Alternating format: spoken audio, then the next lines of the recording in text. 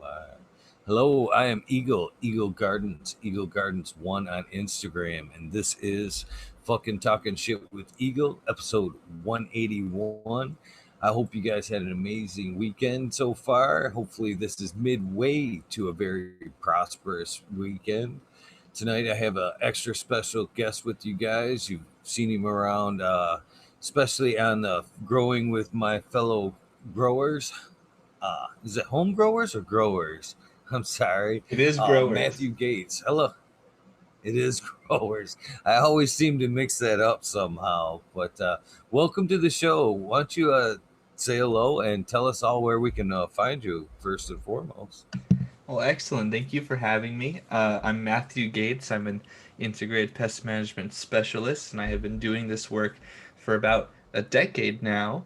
And for most of that period, most of my most productive years, anyways, especially the latter half, have been pretty focused on cannabis culture in general. And in 2014, I started a YouTube channel, Zenthanol, and that channel is a science communication channel all about pests and their strengths and weaknesses and how you can treat for them, biological organisms that go after them, and sort of like the dynamic between plants and their pests and the things that kill or mitigate those pests, whether they're biotic or abiotic, and whether or not people can count on like a commercial product or the natural environment. So I go pretty hard in the like ecology realms, because ultimately that's a big part of just understanding all those dynamics in cultivation.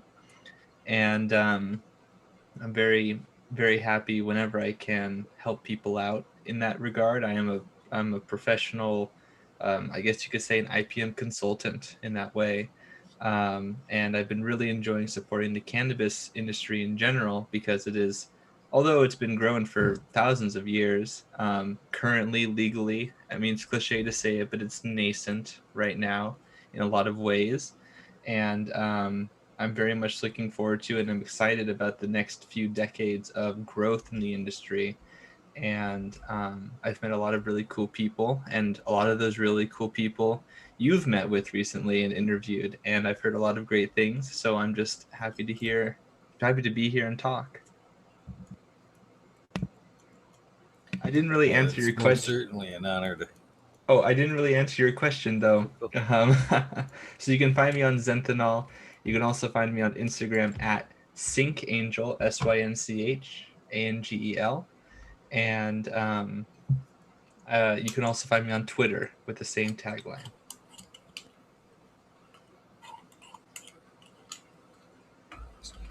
Do you see a lot of traffic over there on Twitter? That's one platform that I don't really utilize as much of. Maybe it's less than I should. I also started my Twitter account a long time ago, but I actually didn't really engage with it for the last 8 years, 6 to 8 years. So a lot has happened to Twitter as a platform that, I mean, it was very cool. I think it was always kind of cool to, or at least it was in vogue to sort of hate on Twitter for a lot of valid reasons, I guess, for the interactions at least that people can have, and the parasocial relationships that some people garner in kind of a weird way, and all of that minutia.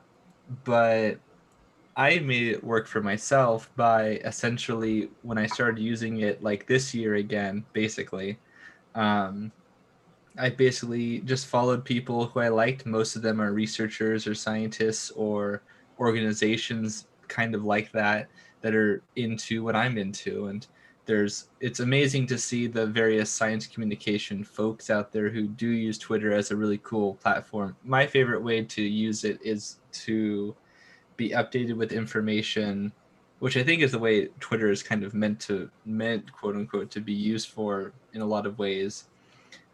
It's just a way for me to get a bunch of updated information right as it happens. And usually that's in the form of a research report that comes out from a journal that I really like. So maybe it has to do with, I don't know, evolution, insect evolution maybe, or plant evolution, or something like this. So yeah, so I use Twitter in that way. I don't really engage with a lot of the social commentary or politics or anything like that for the most part. Although for those who are interested in knowing me a little bit more past my like professional um, persona, I suppose, and the research that I do and the knowledge that I dispense. If you want some of my more personal musings and what I like to opine about, I do sometimes, um, share things a little bit more personally. But by and large, I think Twitter can be used well. Um, but mostly it's great for just sending small, like having a link to information. So if you're like, oh, I'm on live right now, just sending that information out. Although I'm not a social media guru, maybe I'm either misusing it or using it in a limited capacity, but that capacity seems to work well for me so far. It's definitely an asset these days to network. I can't even tell you the people I've met through social media in the last few years, and it's just amazing how far. I never thought, in growing up with cannabis, that we'd be in this day and age, much less social networking on the internet, free and open like that. Still really blows my mind that we're able to use these things openly as a cannabis tool. Me too, although I do know people who seem to habitually get deleted or deplatformed or shadow banned or whatever. That does happen, but I agree with you. Like, for something that's federally illegal and all these other caveats, um, I'm surprised at how lax it has been for a lot of people. And sometimes I've been not so surprised at why it's been lax for some people over others or whatever. But I am happy that people have been able to use social media to interact with. Pre 2020, I've met a lot of people who I would consider close professional friends at this point and colleagues through either Instagram, which for like, well, when I was much younger, in the infancy of Instagram, I definitely felt like it was not a cool place and that it might have been a little bit vapid to use Instagram in sort of the stereotypical way. But ironically, it's actually the platform that I have the most success on, I suppose you could say. And it's definitely the one where I've interacted with the most people. I'm really surprised that Instagram became the zeitgeist that it did for the cannabis community, at least from my perspective.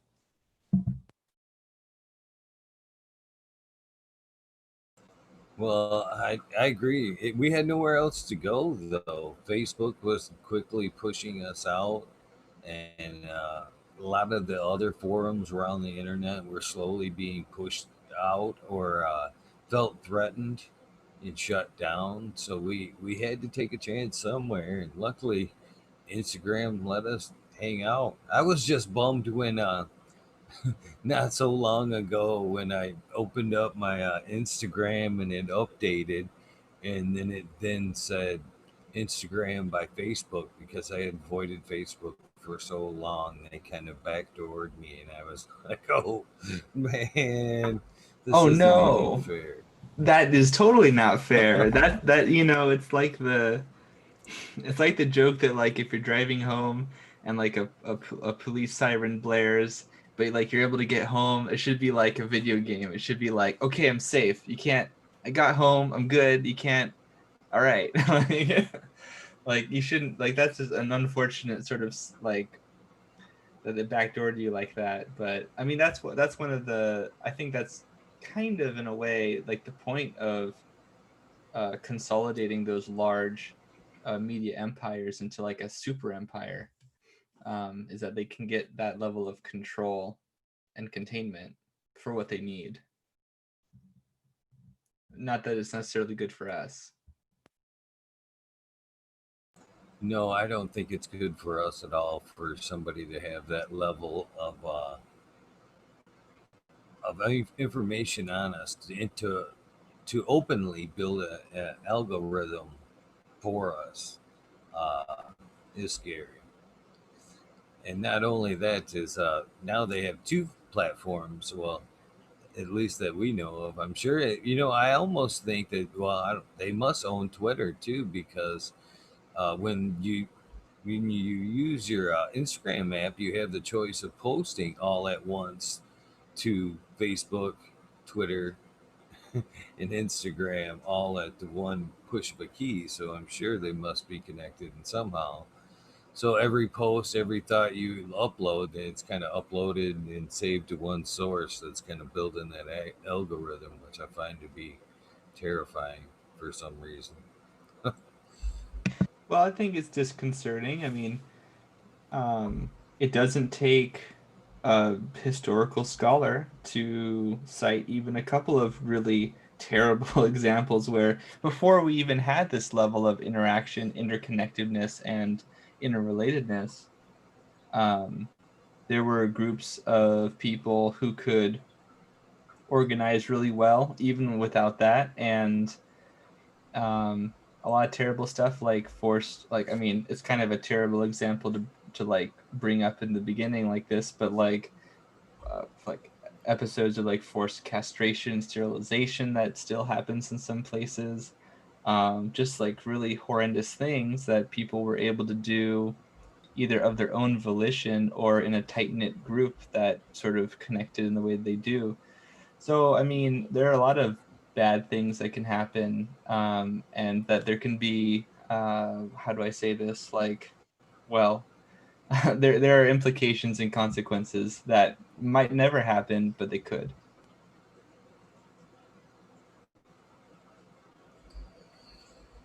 Yeah, I don't know. I guess I just use this stuff anymore and just try to forget about the implications that could lie ahead. I don't know. Kind of the uh, not knowing is bliss type thing anymore. Honestly, I think there's a lot of validity to that. As a person who sometimes gets anxious about things that I shouldn't get anxious about, um, I definitely feel that. You know, to spice it up a little bit, one thing that people might not know about me is that, and people might have been people who follow me on Instagram, especially recently, are probably aware because I made a post about it recently. Speaking of Facebook, it's because Facebook reminded me because I made a picture about it like many years ago, and that's that I was part of a reserved officer training corps um, program at San Diego State, and the Aztec Battalion. I made a lot of really interesting friends and um, learned a lot of cool things. I got to train with some combat engineers, and I got to, this is with the Army, and I got to fly tandem with the Golden Knights, which are they jump out of planes essentially. They're paratroopers.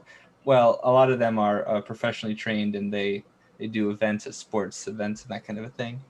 But I had a lot of really cool experiences, and originally I actually wanted to go to school and commission into the U.S. Army in military intelligence. So, like, this sort of conversation about Twitter and Facebook and social media and you know kind of what are some of the things that can happen with that much control over what we do and how we see things and what algorithms are being used to emphasize certain things and how much that can be changed.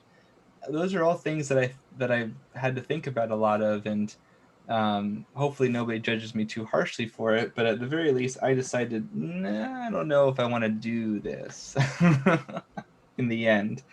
Um, and so I didn't. I never did commission, but yeah, I was very serious about it for the most of my life. Actually, in high school as well, I went to a military school, and my father was in the Vietnam War in the Navy, and my grandfather on my mother's side was in World War II in the Navy as well, and so it was kind of a thing that I figured I would do as well. But I decided to use all of that strategy and tactics um, to help fight people's pest problems in agriculture. Everybody eats, right? But not everyone has to go out and you know, go to another country and shoot at people. So I decided that may be a little bit more wholesome. So there's a fun fact about me that I think a lot of people wouldn't have realized at first glance. I also lived in China for 2 years. So hearing all the news about the People's Republic of China is very interesting from my perspective. Nice. That is nice to hear that side of you. I don't think most people were aware of that. I'm glad you shared with us.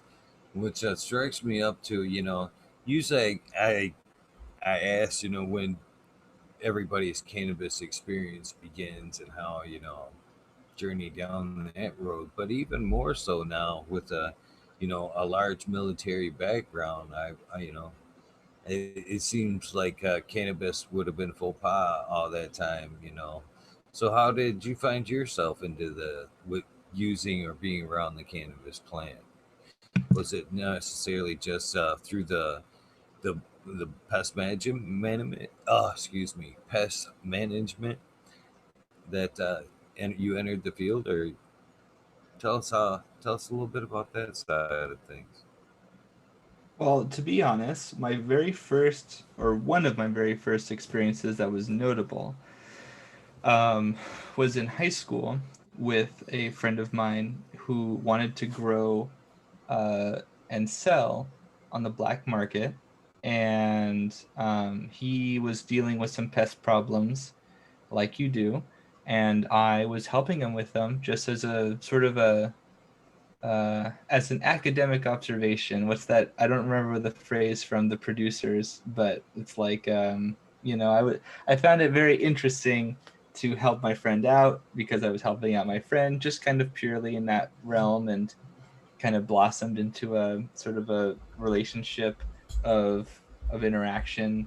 But it kind of fizzled out pretty quickly, primarily because the person wasn't a very good business person, to be honest. But he did get some good experience, I think.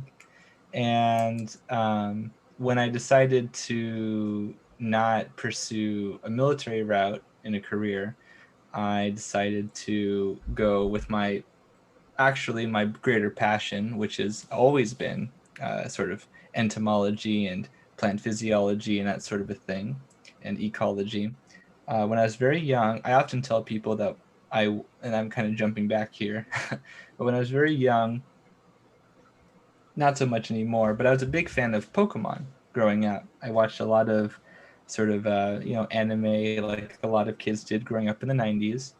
Um, and I feel like, and for those who don't know, the person who created Pokemon, he is Japanese, and he spent a lot of his time finding bugs and catching bugs, which is a very common pastime for kids in Japan and other parts of the world, but it's a pretty big cultural thing over there. And I always found that Japanese culture kind of really emphasized that sort of the insects and nature and really interesting things about them. And as a small child, I think that cemented the naturalism in me. I also am an Eagle Scout. I went through the Boy Scouts, and I got to hike a lot. I got to camp a lot. I got to be in the outdoors a lot.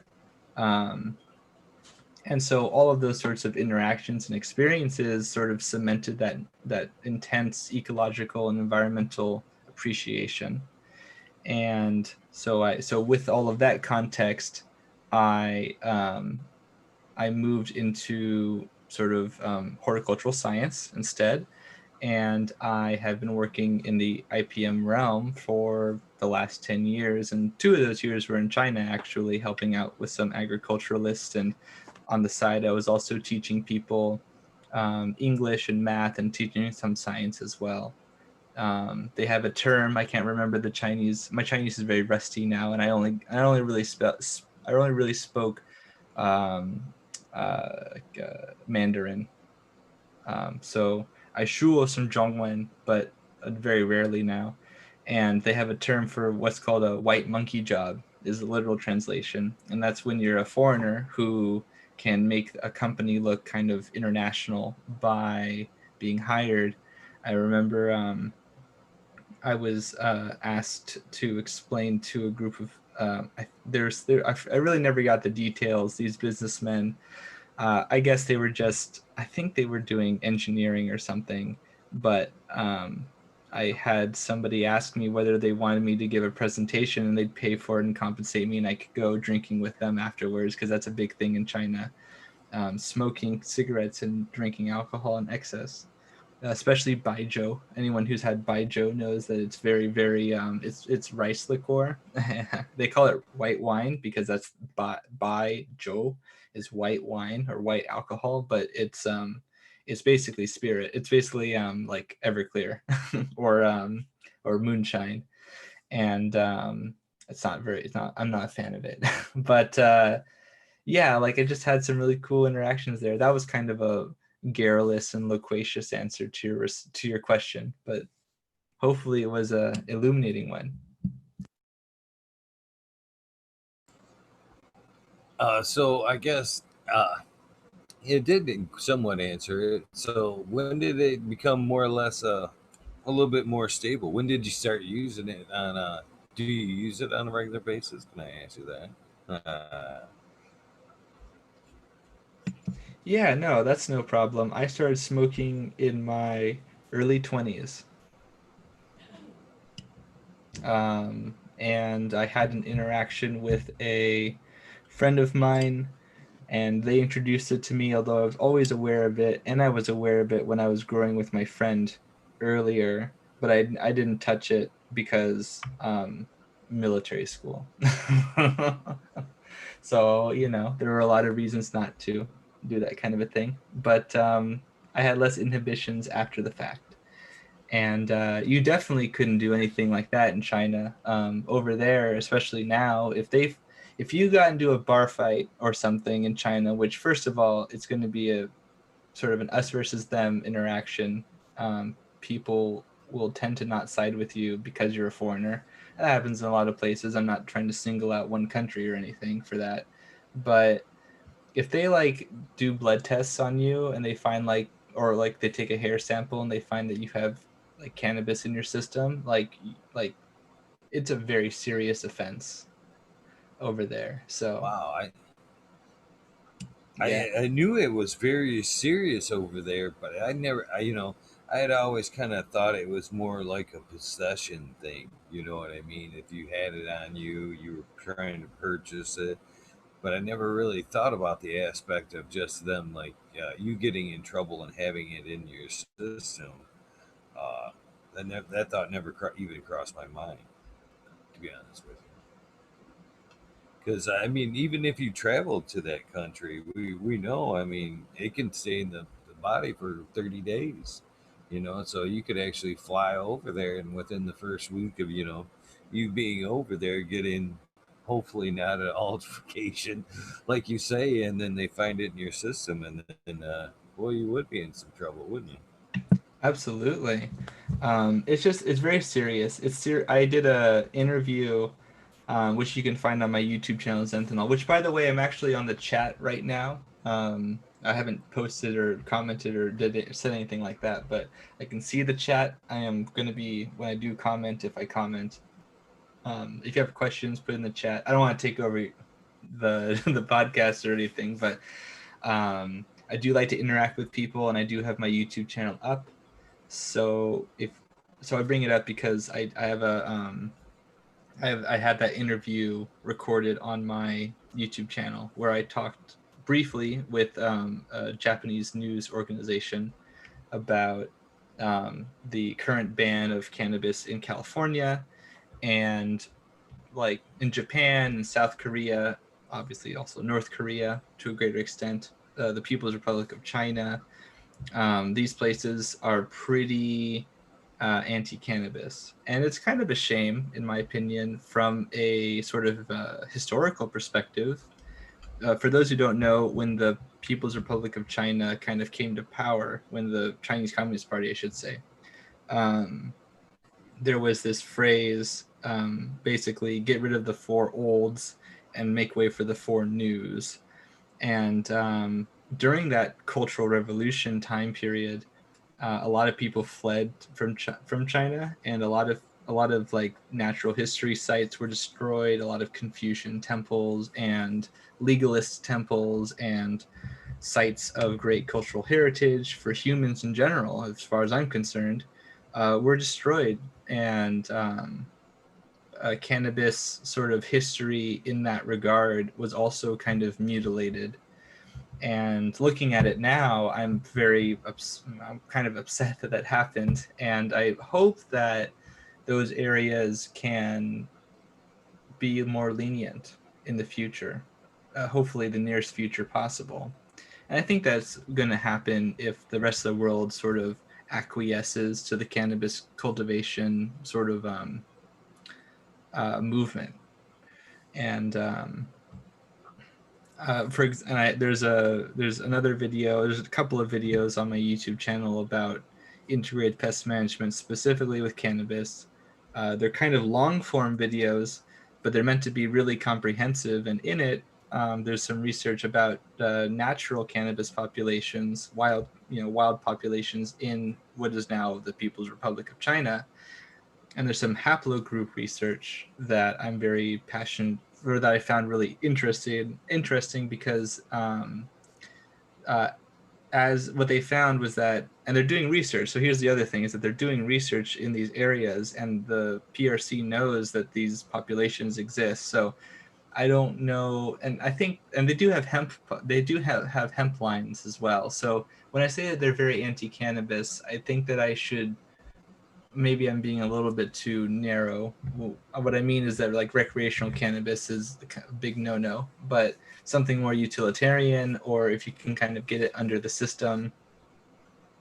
Not to be too long-winded again, but there's another chengyu, or like Chinese phrase that basically translates to, like, I think it's uh, the sky is vast and the emperor is far away, or something like that, which is basically like saying that, yeah, it might be illegal, but China's a big place, and you can get away with a lot of stuff. A lot of people have, for a while, were buying research chemicals for, like, like kind of LSD analogs and other sort of tropic chemical compounds from China. Um, Obviously, the PRC is not necessarily a big fan of that, but it did happen for a while, and so yeah. Hopefully that was cogent.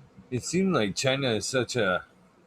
I, it seemed China is such an innovator in so many other ways. It's hard to believe that they're so closed-minded about cannabis medicine, and it seems like they do have some ancient history with the cannabis plant. Am I wrong in thinking that? Not at all. Dama is the big tree. That's cannabis. That's the name for it. And in Japanese, it's taima for this. It's etymologically a related word, a related group of characters, however you want to parse that. Um, and there are like mythological figures associated with cannabis. Um, a lot of things were made with cannabis. It's a traditional Chinese medicine, for example. I joke with my friends that I use traditional Chinese medicine all the time, but only one particular aspect, maybe a couple if I'm really counting. Um, but yeah, it's a huge cultural moniker, or not moniker, but it's a huge cultural sort of keystone, I think, traditionally. And I would think that, you know, hopefully the greater Chinese area can, like, sort of relive that. And I think that they would, for one thing, there might be a lot of really great sort of genetic material that could be very useful for various environments.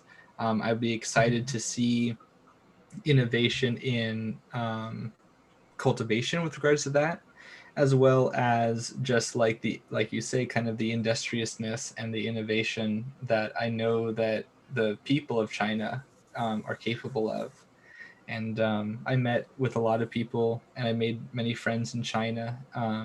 And I mean, I want to be really clear here that if I do have any qualms, it's almost exclusively with the governing system and not with the people. Two very different groups, and I think that a lot of people could benefit from it in China as well. And maybe they just have to use traditional Chinese medicine as a excuse, perhaps. But I'd like to see a lot more of that.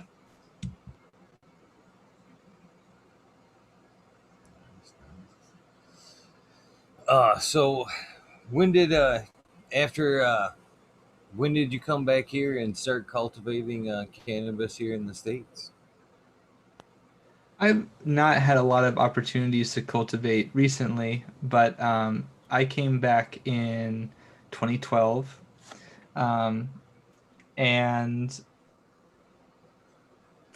from a home growing perspective, I've never grown a ton, to be honest. I've grown here and there, and not for not for too long a period, not like for like multiple years at a time.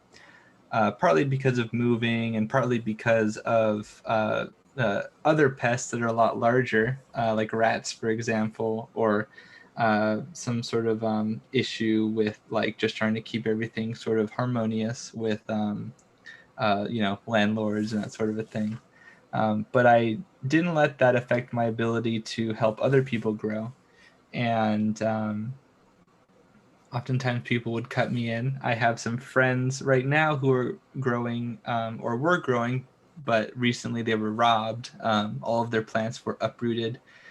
A day after I was, they were asking whether they had like a fusarial outbreak or something like this up in the high deserts of California, and so I've often worked with other people who grow very intimately, but for myself, I've often sort of not had either the resources or the time to commit to a grow as long as I would have liked to.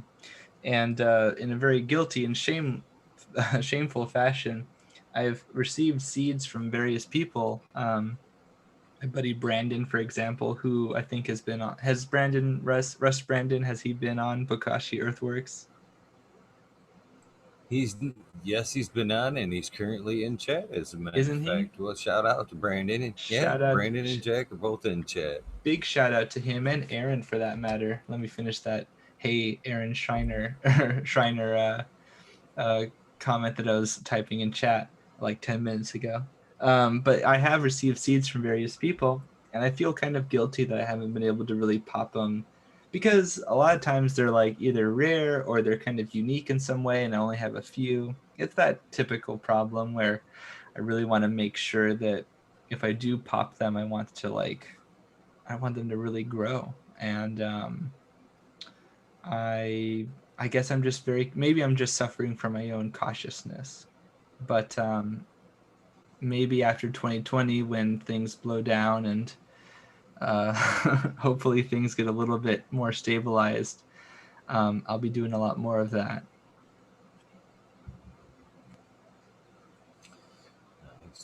So, well, I guess, let's talk a little bit of bugs then. I guess. What are some of the most common for?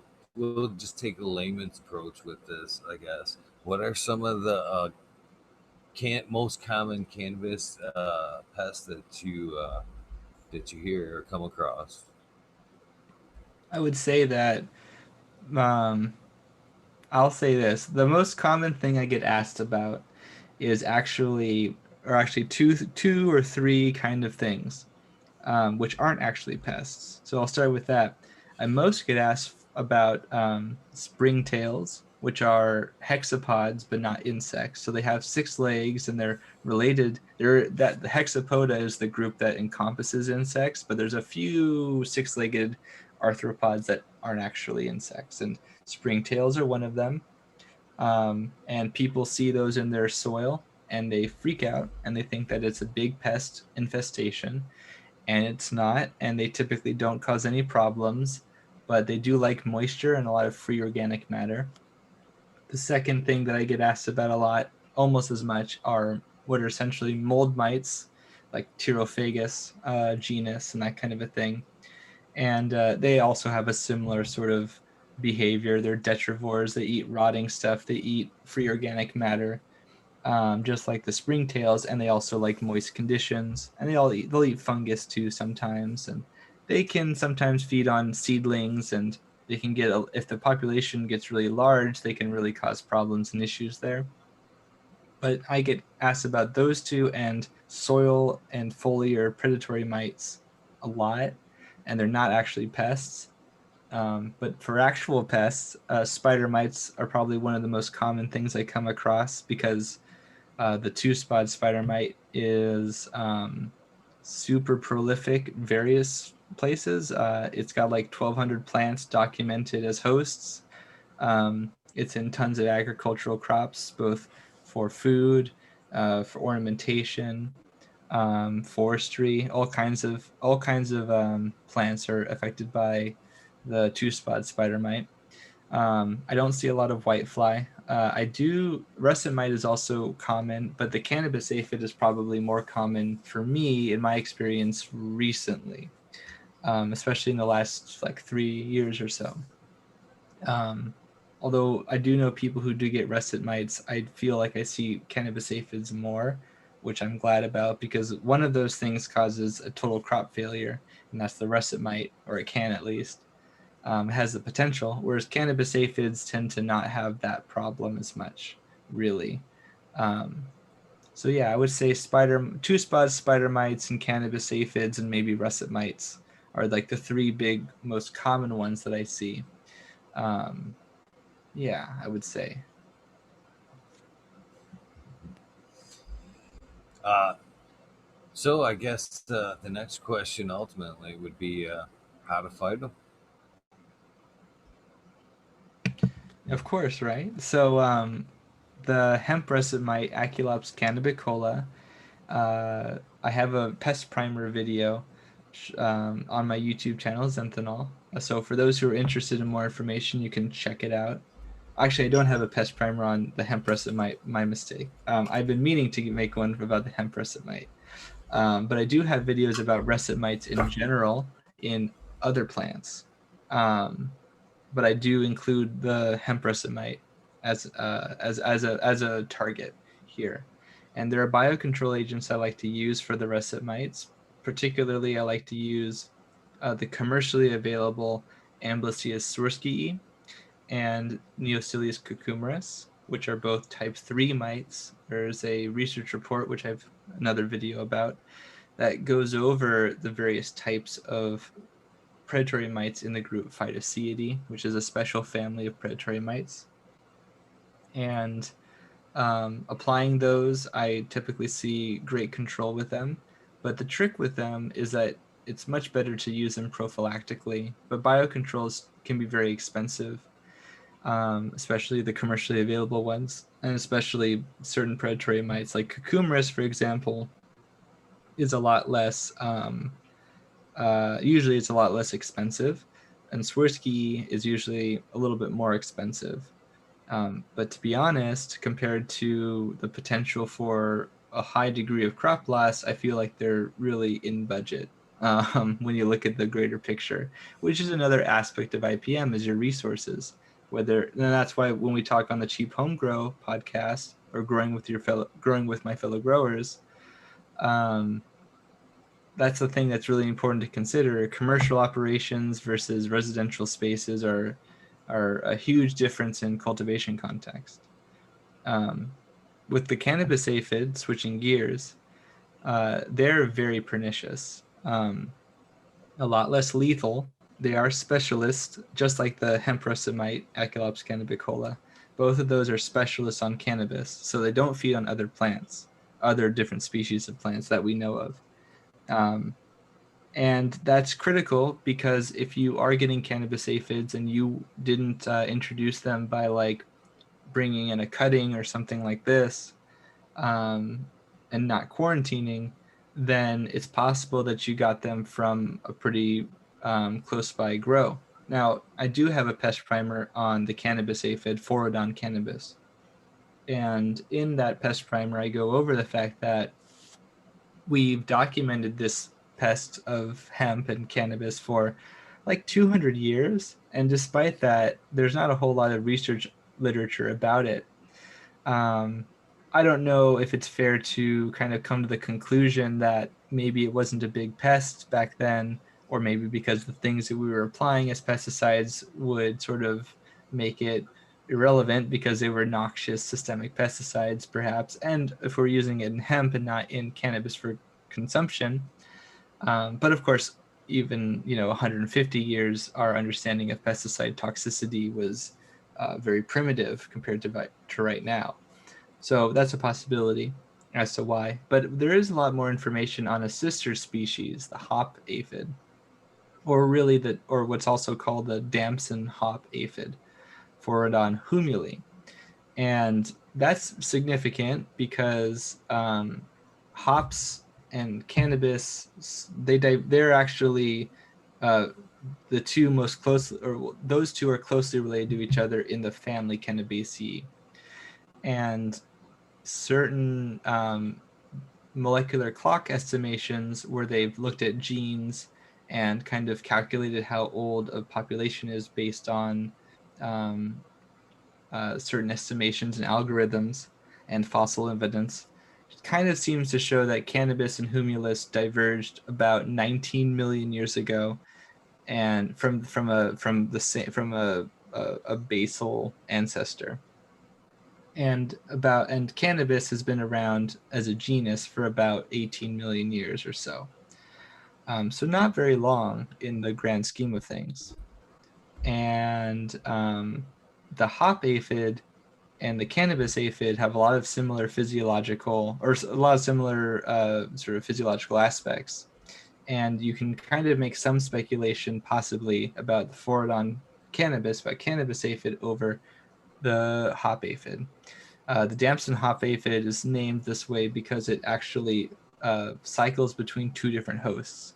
The cannabis aphid, as far as we know, does not.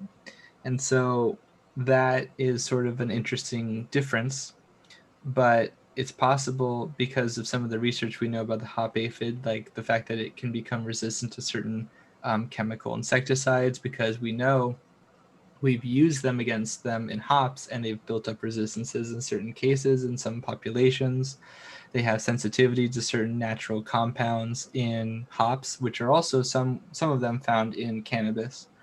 And because they have we know a little bit about their ability to disperse. So for those who don't know, aphids in general have what are called telescoping generations. That means they're born pregnant and they birth clonal offspring, or at least most of them do for a certain period of time.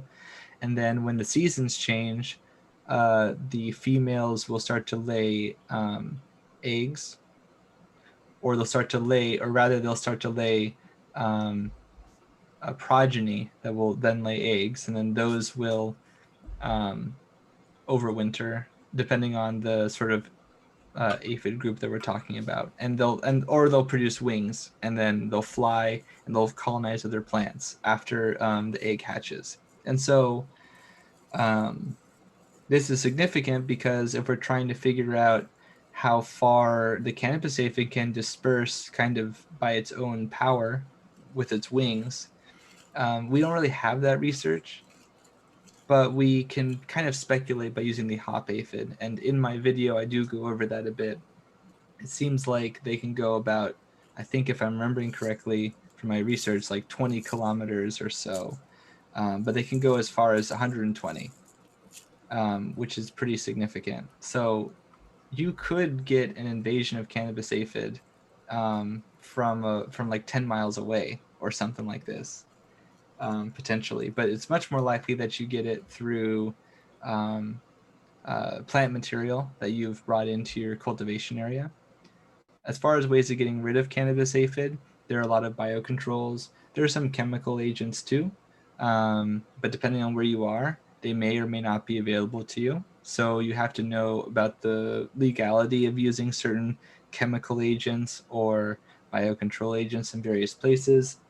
And since I have kind of an international audience, I always have to be sure to say the right thing or to kind of make that caveat in the beginning. But for those in the USA, Aphidius colemani or Aphidius matricarii are both parasitoid wasps that go after cannabis aphid and other aphid species. Those are nice. I also like to use lacewing larvae. The lacewing larvae are very voracious, and I have some observational footage of them on my YouTube channel that kind of goes over that and how they feed and how they search for prey. Um, there, I know that there are some general insecticides that are natural chemistries like pyrethrin, not pyrethrum or the pyrethroid group, but pyrethrins, natural pyrethrins as a directin is also toxic, but you again have to be, careful. I wouldn't want to apply this in flour, for example, because I would be afraid of the effects, sort of, or like the chemical residue being there for a long enough period that doesn't break down. Or there are some inert ingredients in products that might be problematic too. So cannabis is kind of special in that way, where for those who don't already know, many people are already aware of the fact that these restrictions kind of tie your hands when it comes to dealing with them. So I had russet mites, cannabis aphid, spider mites. So spider mites are really, really common. Something like 39% of their genome is associated with detoxification of what are called xenobiotics, or sort of like outside chemicals that are foreign, and they have a really, really comprehensive detoxification physiology. They're really great about not dying from natural defenses from plants, which is why they can feed on so many. And even within the species, there are subpopulations that have different sensitivities or strengths, because when they colonize a plant over time, the population gets more and more used to the cultivar or general species that they're feeding on. And so you can have situations where one population is very adapted towards, like, let's say peppers. And since tomatoes and peppers are in the same family, they might have an additional affinity towards others in the family, like Solanaceae. So your eggplants, your peppers, your tomatoes, your tobacco. And then they can go and fly on their silk over time. They build up a population, and then they will move to some other place, and they might land on, I don't know, stinging nettle or something, maybe castor bean. And those populations might be only minimally good at feeding on those plants. But then they'll mate with others of their same species, and then they'll pass on their genes. And so you can very quickly get kind of a superbug situation going.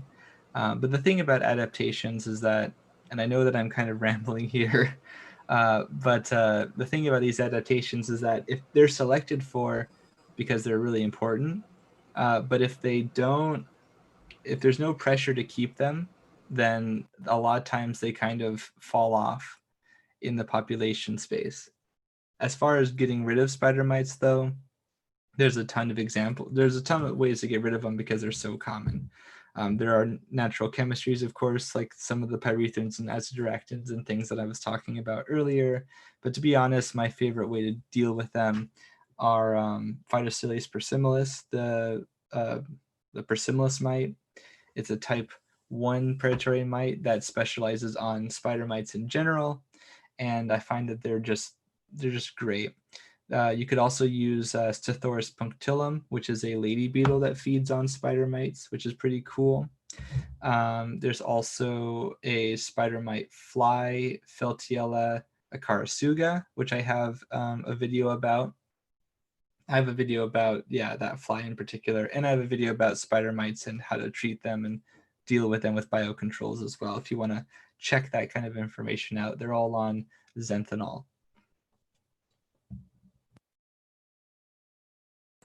So I'm wondering here, just in like, I guess we'll start out maybe in the veg area there, to think about. Uh, we all know that one of the best ways to keep pests away is, of course, to keep your environment clean and your plants healthy. But on top of that, which one of the following methods would you prefer to see as a defense IPM. On top of that, VDP, spray regimen, biological, or companion plants as a defense to keep things out. So the I in integrated pest management stands for integrated, and to me, it's really important to have as many tools in the toolbox as possible. Um, and that includes, I usually, and I have videos on all of this too, but I usually like to sort of put various techniques into categories like physical controls and chemical controls and biological controls and cultural controls, um, and environmental controls. And I think that one of the biggest things that people don't value in an IPM system generally is the cultural controls, which are like the way that you do things, um, how you harvest your plants, how you mix your soil, how you inoculate your soil or inoculate your plants with beneficial microbes and other biocontrol agents. What your environment is in general is a huge factor. Your pest pressure is will basically, live or die, make or break on your location. If you live in the high deserts of California, there's a lot of insects up there, but maybe not all of them go after your cannabis plants. Whereas if you live in, you know, the Emerald Triangle or someplace like this, and you're up on the mountain and you're surrounded by oaks and Madura and a bunch of other plants all around, you're gonna have maybe potentially much more pest pressure. You're also around other people who are growing. So I feel like I like to use biocontrols the most to answer your question.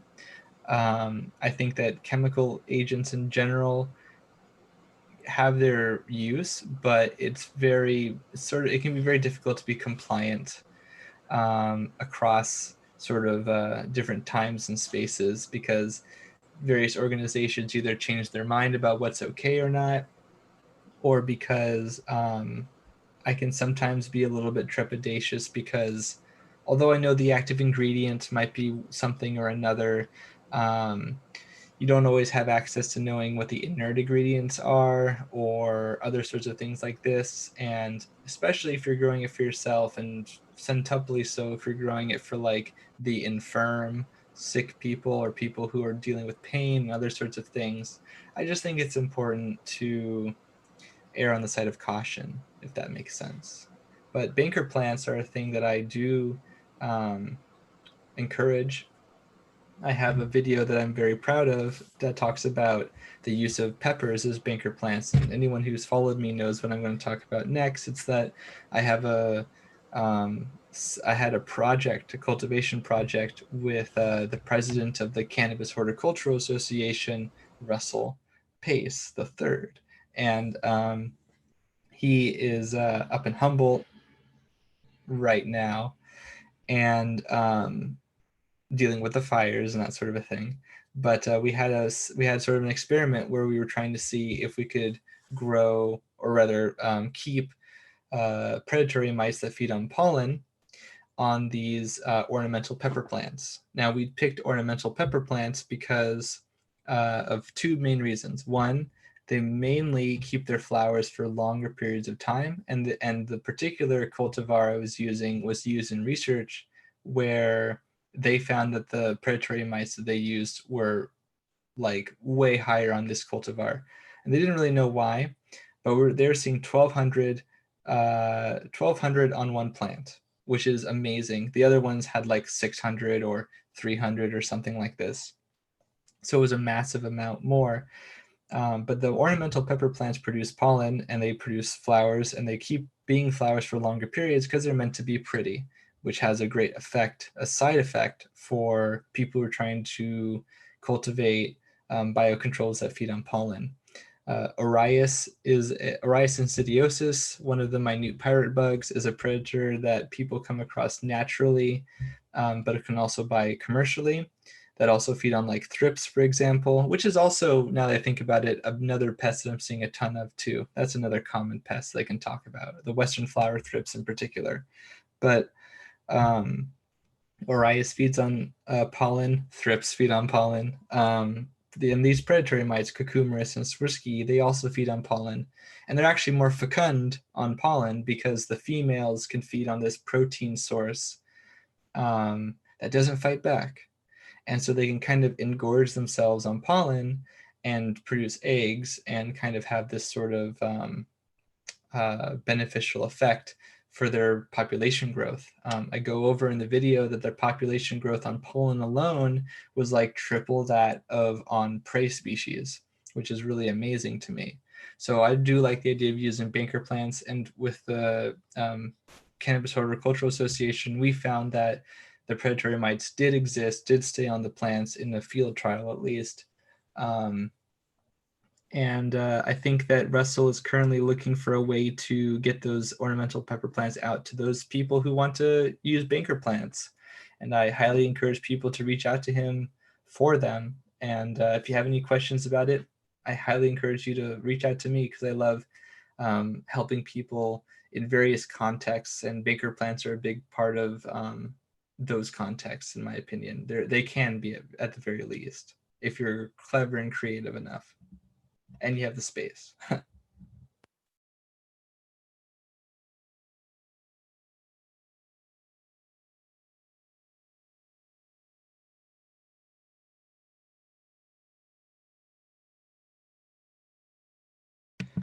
you there? Well, that's the thing. That's what got me. Yeah, yeah, that's what got me interested in them.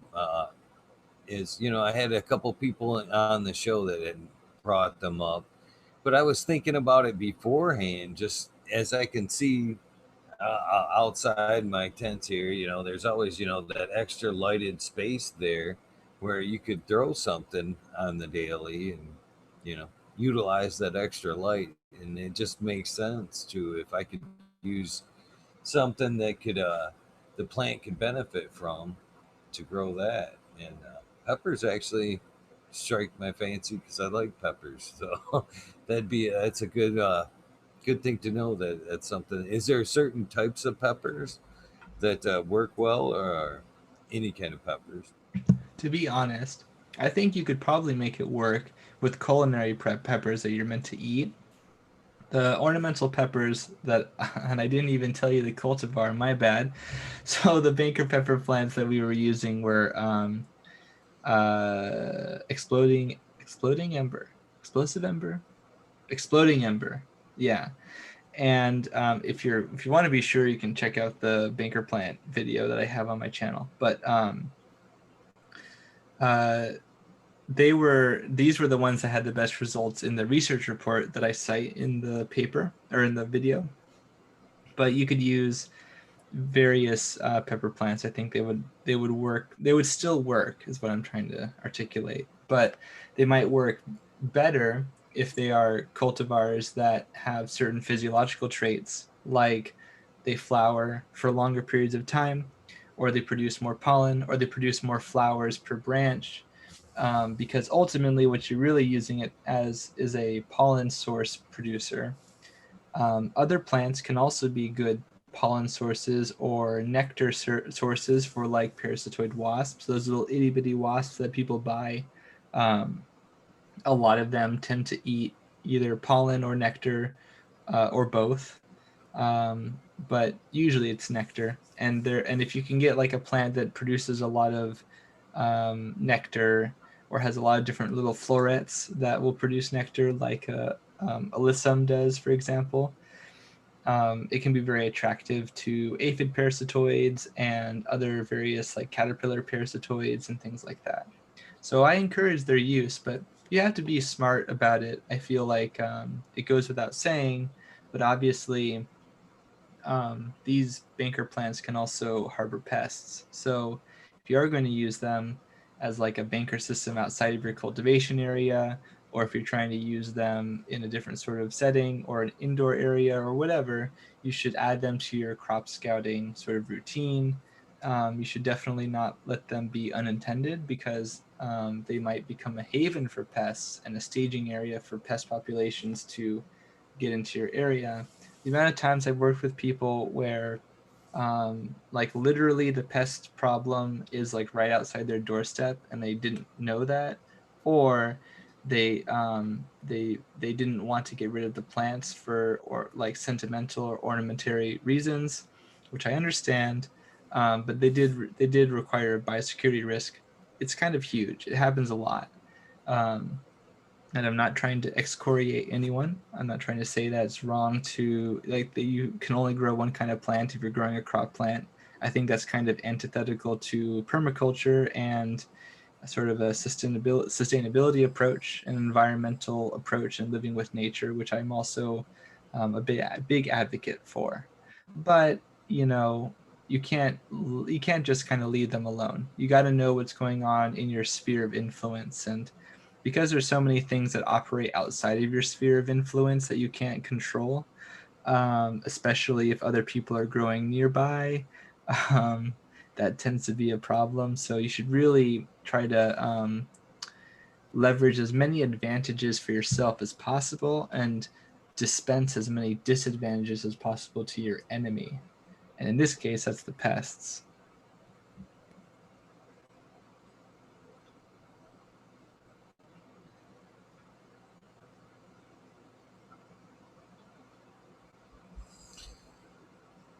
So I was talking a little bit about the cannabis aphid.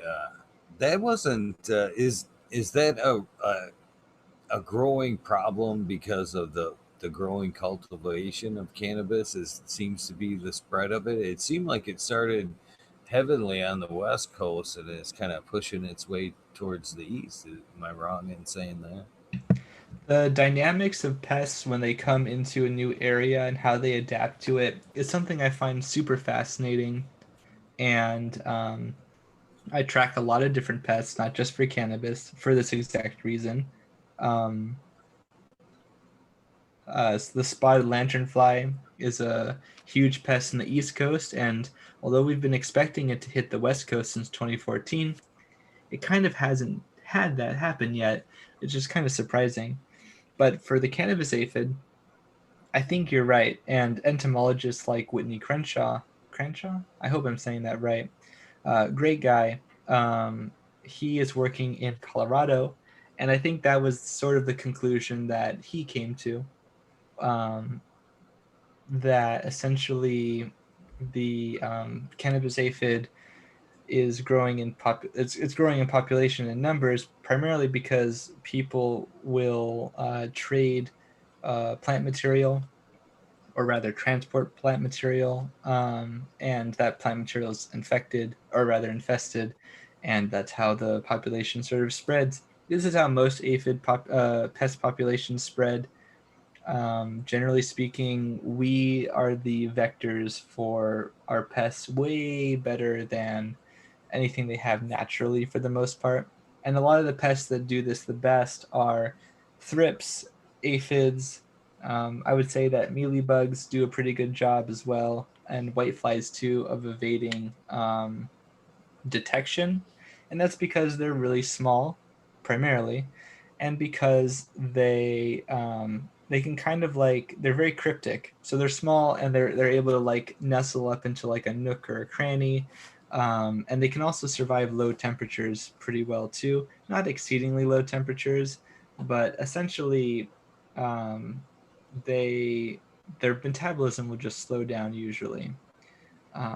So, in my opinion, I think that is how cannabis aphid has spread for the most part, like what Crenshaw was saying. And I've certainly witnessed it myself, where people have brought in tissue or plant populations from somewhere else. They didn't scout them at all, or um, they did quarantine them, but they didn't detect them when they scouted the plants, and now they have a pest infestation. Generally, I don't feel like people are getting cannabis aphid through the natural means of dispersal that I articulated earlier by having winged A ladies that fly around and locate their host. Generally speaking, that happens for the cannabis aphid and other aphids later in the year, kind of like in the autumnal period. Of course, there are exceptions and caveats because aphids as a family is incredibly diverse, and insects in general are incredibly diverse. But generally speaking, it's the autumnal season where this kind of happens, because that's when cannabis that is scotoperiod sensitive to the dark periods, that is, that's when they tend to senesce and sort of, make way for the next population, if that makes sense. So they got to like find their host, right afterwards, kind of.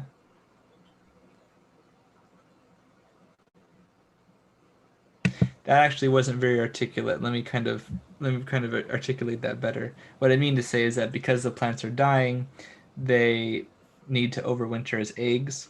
So the winged forms will find plants to lay their eggs on. Those plants die, but the seeds will sprout again, and so then when the eggs hatch, the aphids will be very close to the next population of cannabis, if that makes sense. So naturally, that happens with a lot of plants, and for aphids that don't cycle on secondary hosts, then the situation is different. But cannabis aphid doesn't do that.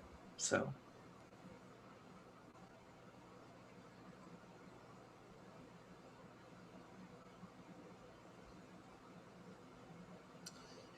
Alex Boykachev had a question in chat. He wanted to know about spider mites. If they once you see webs, you're a little bit in trouble. Can the plant be saved? He's asking. yeah, it depends on what the word saved means and what you're intending to use the plant for, but absolutely. The reason why I like Phytostylis persimilis is because the persimilis mite is adapted. Another mite you can use is Neosilius californicus as well. Both of these are commercially available, but persimilis is highly specialized for the spider mites. It can travel on the web, unlike other predatory mites that aren't adapted to it. It can travel on the web. It has chelicerae. Chelicerae are these like their leg appendages that essentially kind of they're sharp, and they can use it to cut into the webbing and cut a way through the webbing. They are able to sense spider mites really well. Most predatory mites actually, they seek their prey. They don't really hunt their prey. And what I mean by that is that they have very poor eyesight. They're very, very small. And so all of these sort of nervous system implications therein are also very tiny. Despite this, organisms like spider mites, which are also very small, they actually exhibit behavioral learning and adaptation. Which is pretty interesting to me. But persimilis mites, they seek out their prey kind of blindly. They might know light from dark and that sort of a thing, but they mostly use their ability of scent to detect their prey and to hone in on their prey when they do detect it kind of generally. So persimilis mites, I would apply them in such a context because they can fight with the webbing. But if the population is that large, the thing that you really risk is the possibility for spider mites to start to produce sort of silk balls, where a bunch of the spider mites will kind of congregate in one area, release some silk, and then they use the silk to fly through the fluid medium of the air. And then they'll go to a plant that's very close by, or they might be able to travel a little bit longer, depending on how it breaks up and that sort of a thing. So really, at that point, you want to be applying these mites to save one plant that's heavily not damaged necessarily, but heavily colonized, and then you also want to be prophylactic with your other plants, assuming that you have other plants in the first place.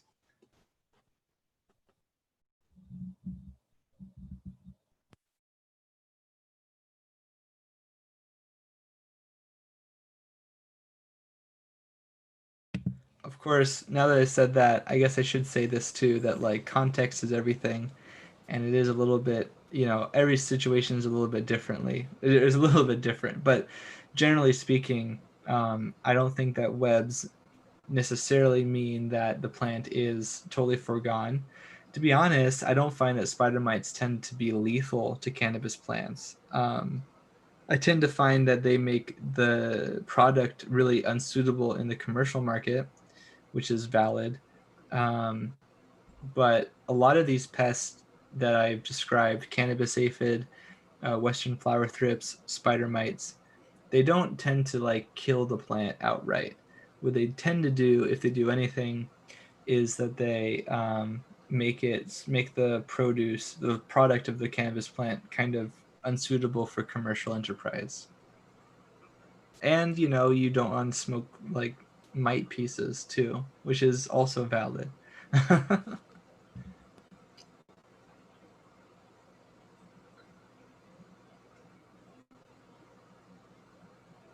Yeah, that could always always change the taste of your cannabis for the worse. That's for sure.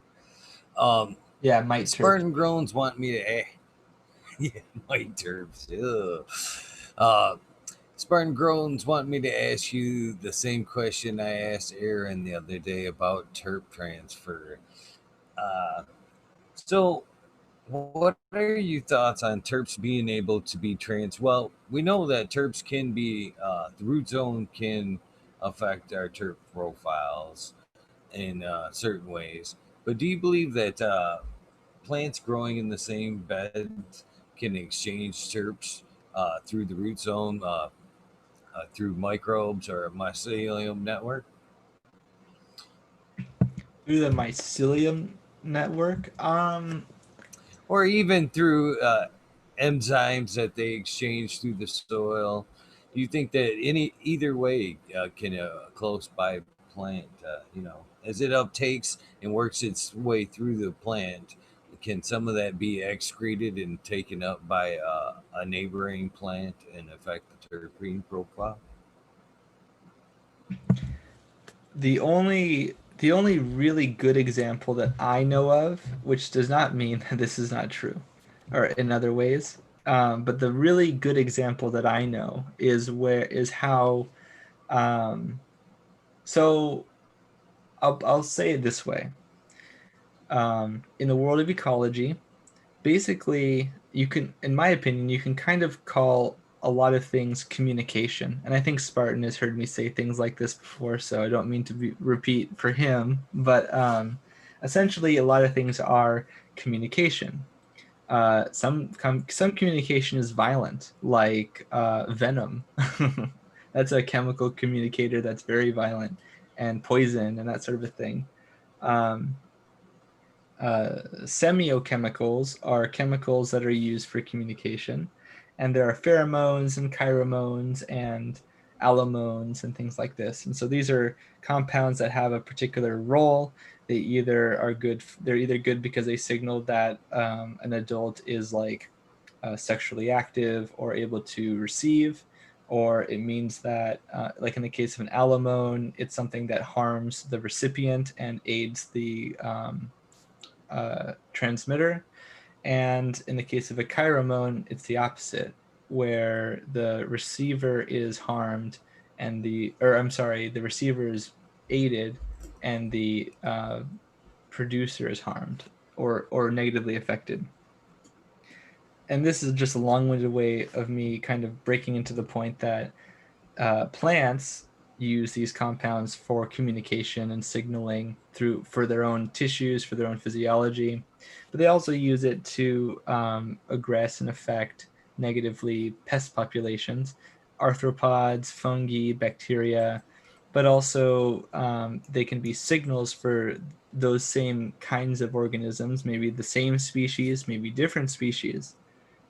But they can also affect other plants too, because those plants are if they are receptive to different terpenes. Maybe they even produce various terpenes themselves. And so I know there are cases where different plants will like, maybe to simplify it, a plant will produce terpenes in response to, or will produce more of them, or upregulate or whatever, various volatiles, and some of those are terpenes, some of those are esters, some of those are other compounds. aromatics and that kind of a thing. And then those compounds can have influence on surrounding plants too, because they might detect those through proximity. Um, they can have secondary and tertiary effects on the environment. Uh, so what I'm trying to get at is that although I don't know a very good example of that happening in soil, I know that there's a story that we talked about on growing with my fellow growers. I think it had to do with strawberry. I'm not remembering it. I'm sure Spartan will know what I'm talking about because I think he brought it up. Strawberry cough. Strawberry cough, right? Yes, Strawberry yes, cough. I that's was. right. Yeah, and so I wouldn't be Th- surprised if that was the That's a case. good one because we were talking about that one the other night as well. Because the second part of that question was, can terps be introduced or affected by either feeding with fermented teas, fruit teas, or in the instance of like say strawberry cough, there be uptake from the dirt from the strawberry being grown next to the strawberry, which in my opinion, what I told, like I spoke with Aaron there, I don't necessarily think that if it did take up some kind of flavor profile there, I would kind of thought it would be more from not necessarily from a plant exchange, but moreover from like a fermented fruit uh, type aspect where maybe that field had been strawberries for a long time and strawberries had fell from the vine, rotted into the soil, and had been uptaked that way is how maybe the strawberry was introduced into the plant. But Yeah, thoughts on either? well, like so. Okay, so like from the plant physiology standpoint, um, plants can sequester various compounds. They can sequester heavy metals, elements too, right? So broken down molecules. But they can sequester various compounds. It's how systemic pesticides work. It's how heavy metal sequestration happens. It's how various biological organisms can produce phytohormones, or they can produce compounds that will fit into the receptor for those hormones and cause physiological changes. So there are ways for plants to be affected in that way. Um, and so I wouldn't be surprised if that could happen, something like this. But uptake, I would think that the uptake probably wasn't direct. But my understanding of plant physiology is not necessarily, I mean, although I like to talk about some high level concepts, um, I just don't think anything comes to mind about how that could have directly moved from one to the other. For another thing, the thing that causes strawberry to have the taste that it does, I don't think those are typically terpenes either. And for them to be so like for a plant to produce terpenes or any other compound, there has to be genes that express, you know, they through cellular processes and enzymatic action and possibly and a lot of times probably a concerted effort by multiple genes in different families. They produce different compounds. And sometimes it's actually errors in that process that produce new compounds, or some sort of like byproduct can be produced sometimes through those processes.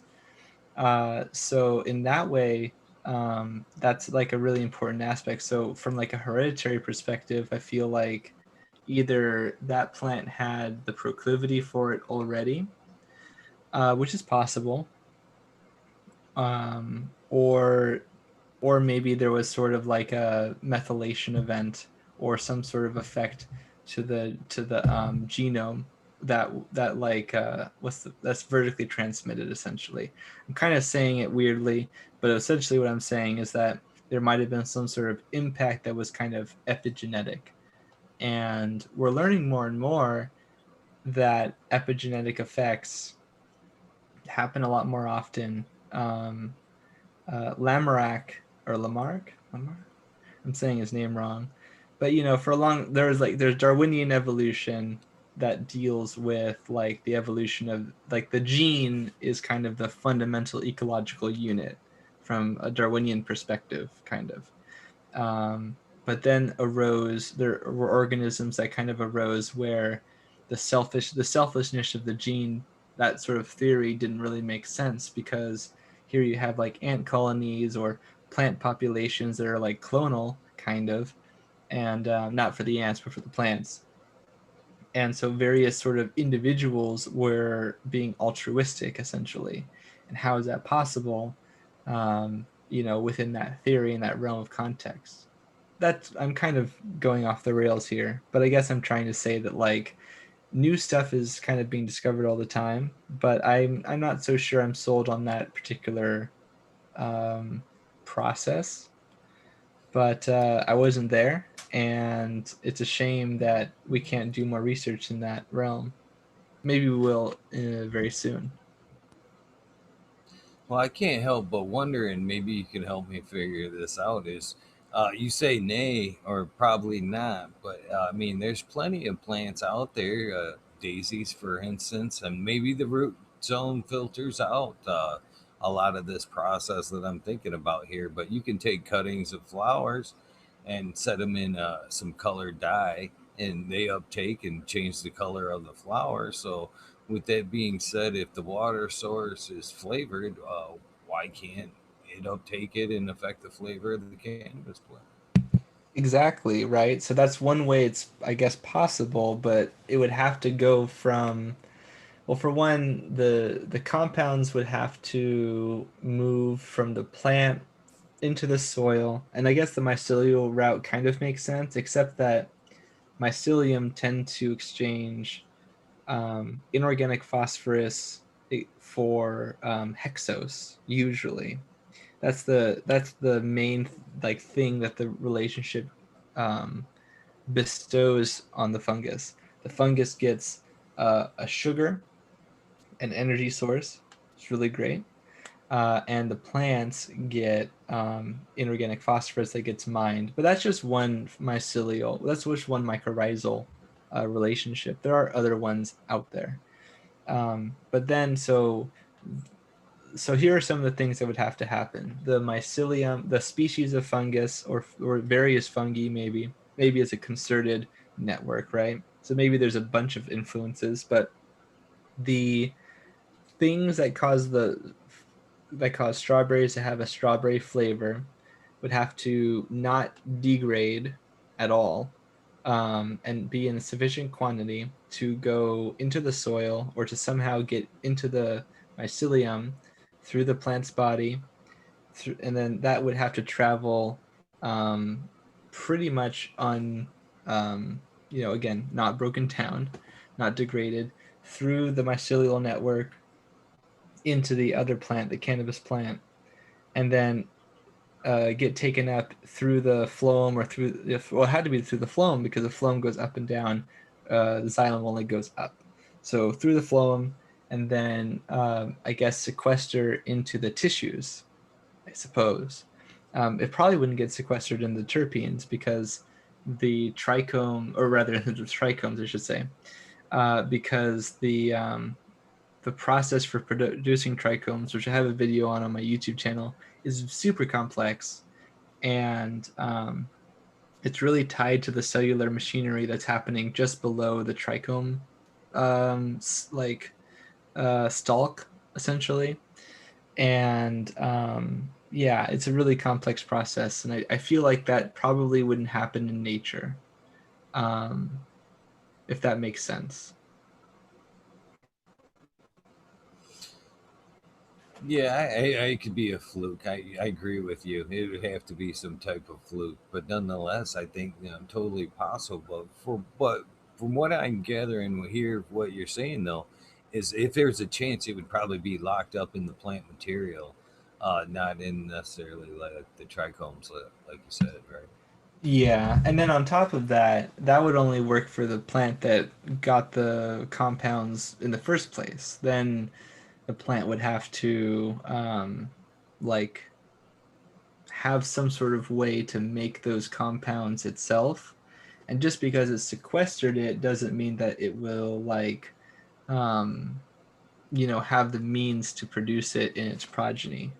So um, I don't think that there was like I don't think that like that kind of event would be sort of random, or at the very least it might be something that was already there. Because here's what could have happened. Like if I want to play devil's advocate, it could be totally a fluke that the plants were grown together and that the association was made, which is not the first time this would happen in agriculture.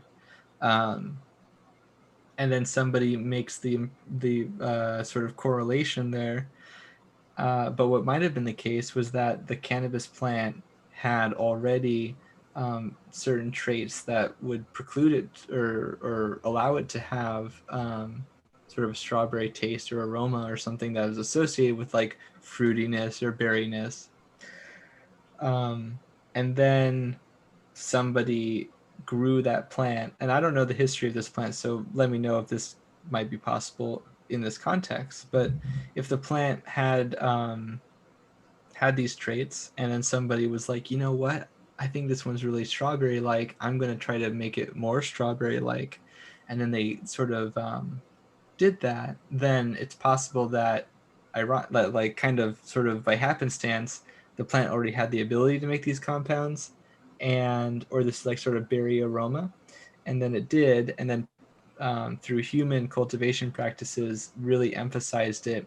But the mythological story of the impetus for the strawberry flavor is what caused the human to, or group of humans to like further that line, when in reality it didn't really have that influence, but nonetheless it was possible, if that makes sense. That happens a lot actually, in like, I feel like in like sort of home breeder situations. I'm a big advocate for pepper breeders for that matter. I love seeing all the different peppers and tomatoes that people make at home. Peppers are really cool to hybridize, in my opinion, not just for like Scoville units, but also for flavor. Um, so yeah, I mean, I think that I think we shouldn't discredit the human aspect regarding that. I think that's a really big win for people if that's how it happened. But you tell me, how did strawberry cough? Do you know the history? Because I typically ask Jack Greenstock or Spartan Grown or Aaron Shiner, who's in the comments. I usually ask them for cultivation or their cultivar history. It's the same that I've always heard, that the strain was cultivated in the strawberry field there. That's where it got the flavor from. But again, I have trouble with that as well. Is even if it were cultivated in that field, I could see that one plant maybe tasting strawberry-ish, but I have trouble in believing that it's a trait that could be passed on, from then till now.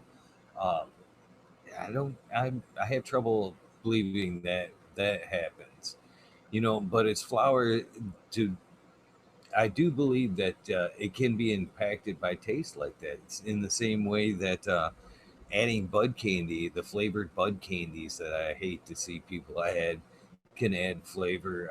Why can't it, just like we're talking, flavored strawberry flavor be introduced from a occasional rain of, just strawberry flavor slightly being dripped into it all the time? Maybe, why not? But it being passed along for over time with that same strawberry trait in it, I definitely have a hard time with that. I do feel like yeah, like that's kind of the linchpin problem, is that you need the genes to produce the proteins and all of the machinery to create the trichomes, and then also the terpenes and other volatiles within them.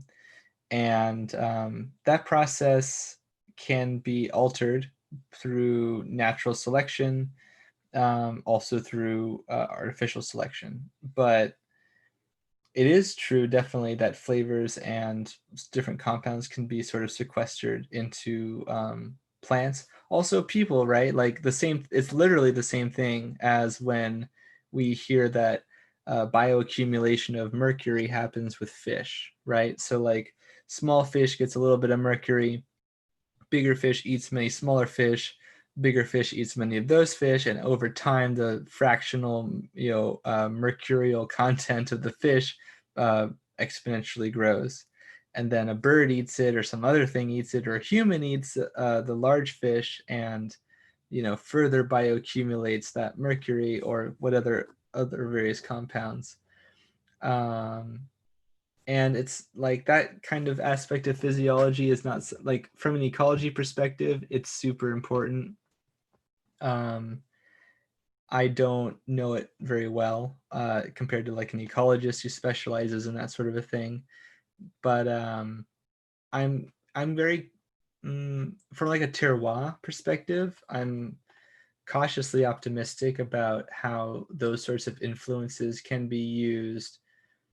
I don't like the idea of bud candy, like flavorants to be applied to a plant so that it sequesters the compound, and I'm getting like um, I don't know, Sunny D terps instead of like orange terps. And maybe I'm being a little bit essentialist or something, or I don't know, like maybe I'm making sort of a false dichotomy between what is real and natural and what is not and artificial. Um, but I think it's mostly I'm uncomfortable with it because of the precedent that it sets, more so than necessarily like any kind of harm potentially. But I think that's also a possibility too to consider. Um, just like any other sort of spice or flavorant um, that we apply in various foods and when we cook our own food. So, and a lot of people make various kinds of compounds, for profit and for flavor and for various things in the culinary industry. And sometimes those things, I mean, we recognize them as safe. We generally recognize as safe grass, but then they turn out not to be, or it's maybe a little bit more contentious. So, yeah, I just feel like maybe that's an answer for when things get more regulated or something, but I am kind of wary to use those kinds of additives. But like growing something in an area where sort of the natural influence of like pine trees or some other aspects, I think that that's really cool. I think I dig it aesthetically. I dig it sort of in a regenerative agriculture perspective. And I think it's very picturesque and pleasant in that way as well. Um, but ultimately, I kind of said this tongue in cheek many growing with my fellow growers podcasts ago. But human influence on the environment in general is so grand and large and comprehensive that at the very least, I think we're all like in like sort of a climate change sort of thought process. We all are all kind of like influencing the world, and especially now in California, which is where I live, the fires are a great sort of reconfirmation of that perspective because um, if we had like terroir and if we had appellations in California right now, like the effects of the natural ecology right now would be having a huge effect, not just like from ash falling and that sort of a thing, but also from like just the lack of biological diversity from different fire areas. If we grow in those places now, it's like this, like everything is unique, really. When we really get down to the brass tacks, all experiences have some level of uniqueness to them and novelty, and there is as much a psychological effect as there is a sort of physical or mechanistic effect that can be quantified and measured. um, I used to drink alcohol. I do not do that anymore. Not because I'm holier than thou or anything, but because my body rejects it now. A literal poison, probably good for me to reject, I guess. No offense to anyone. I like whiskey. I still have favorite whiskeys, even though I don't drink. Um, but I felt like it was the same with the appellations kind of for wine and whiskey and that sort of thing. Really, technically, it's all unique, because like tequila and mezcal, right? Like there's different places, and tequila is only made in tequila, or Chardonnay is only made in Chardonnay. But like that's just like saying the color black is not the color white to me. It's like, so then you need to like explain to me like why I want it from Chardonnay. What is it about Chardonnay's appellations or terroir that I want? Um, and how do you quantify that? So for me, I like the idea of appellations, but I also have a sort of a disconnect or dissonance with that. If that sort of thing can't be quantified and you just say it's Chardonnay-ness, that's kind of unhelpful. I don't know. What do you think about that?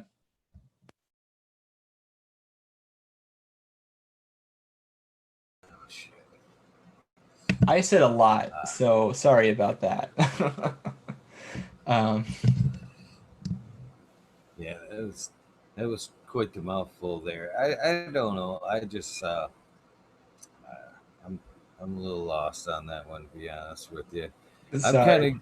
to kind of to kind of cap that one off. To be honest with you, uh, a fun little joke here.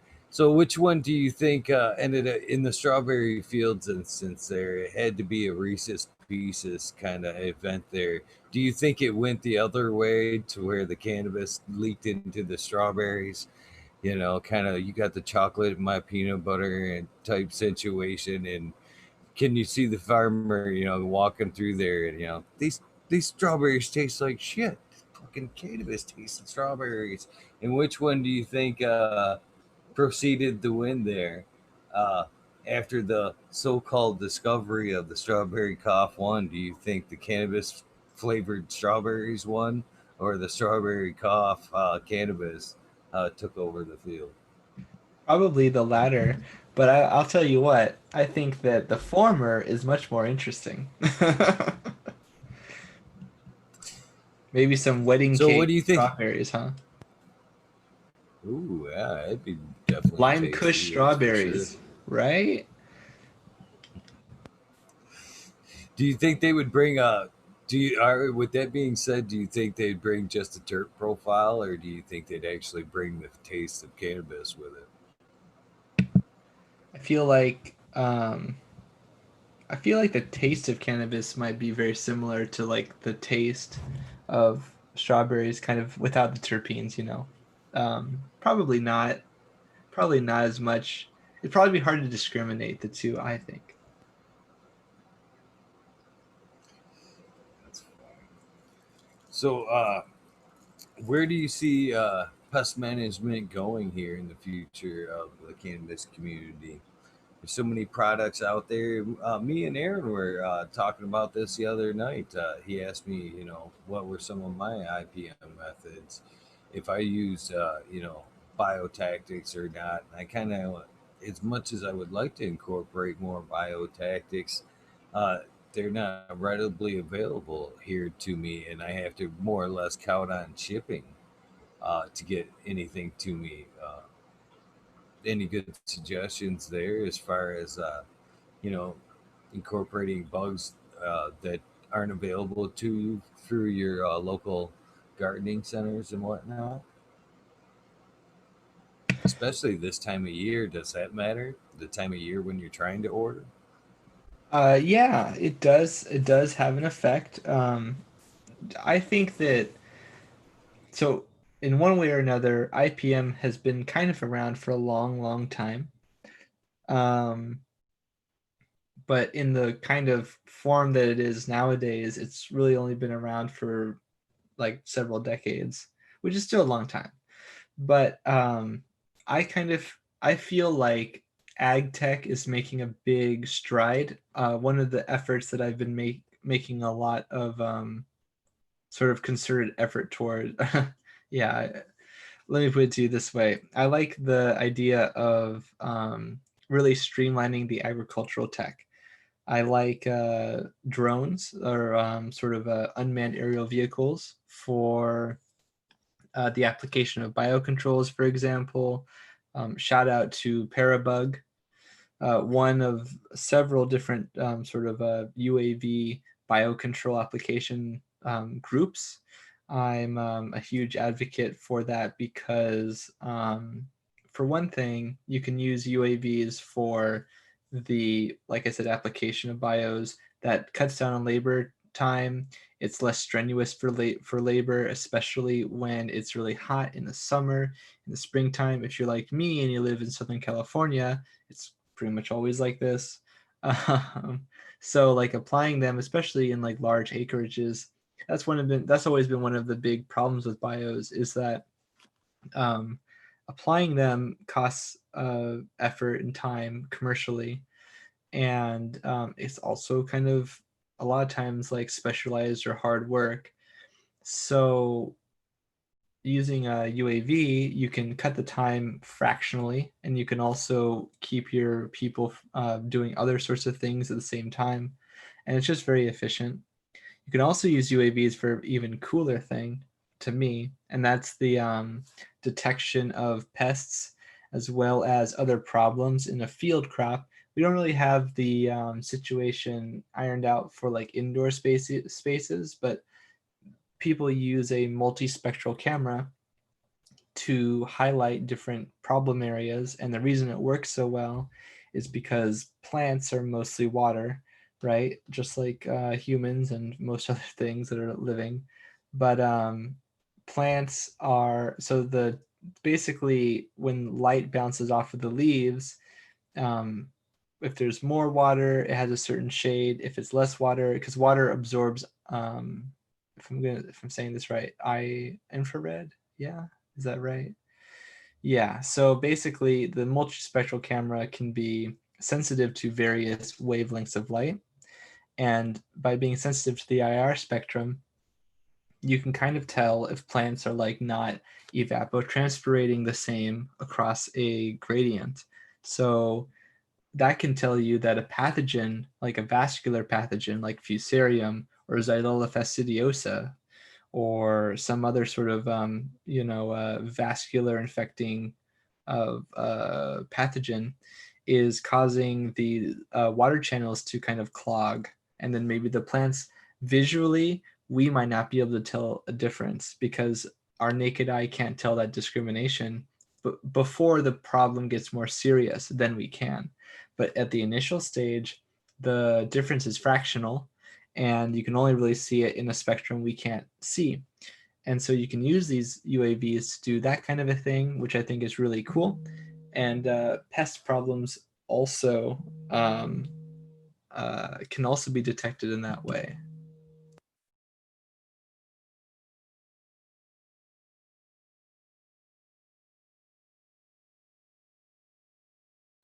I love to talk with my mic off, by the way. We're starting to, they tell me I need to start a, you're muted mic jar button here. Quarter each time I go to talk and it's muted. Right now it'd be half full, by the way. The American one has a great question for you. I really like this question, American one. He wants to know if roots from different plants graft together underground sometimes, either same species or different species.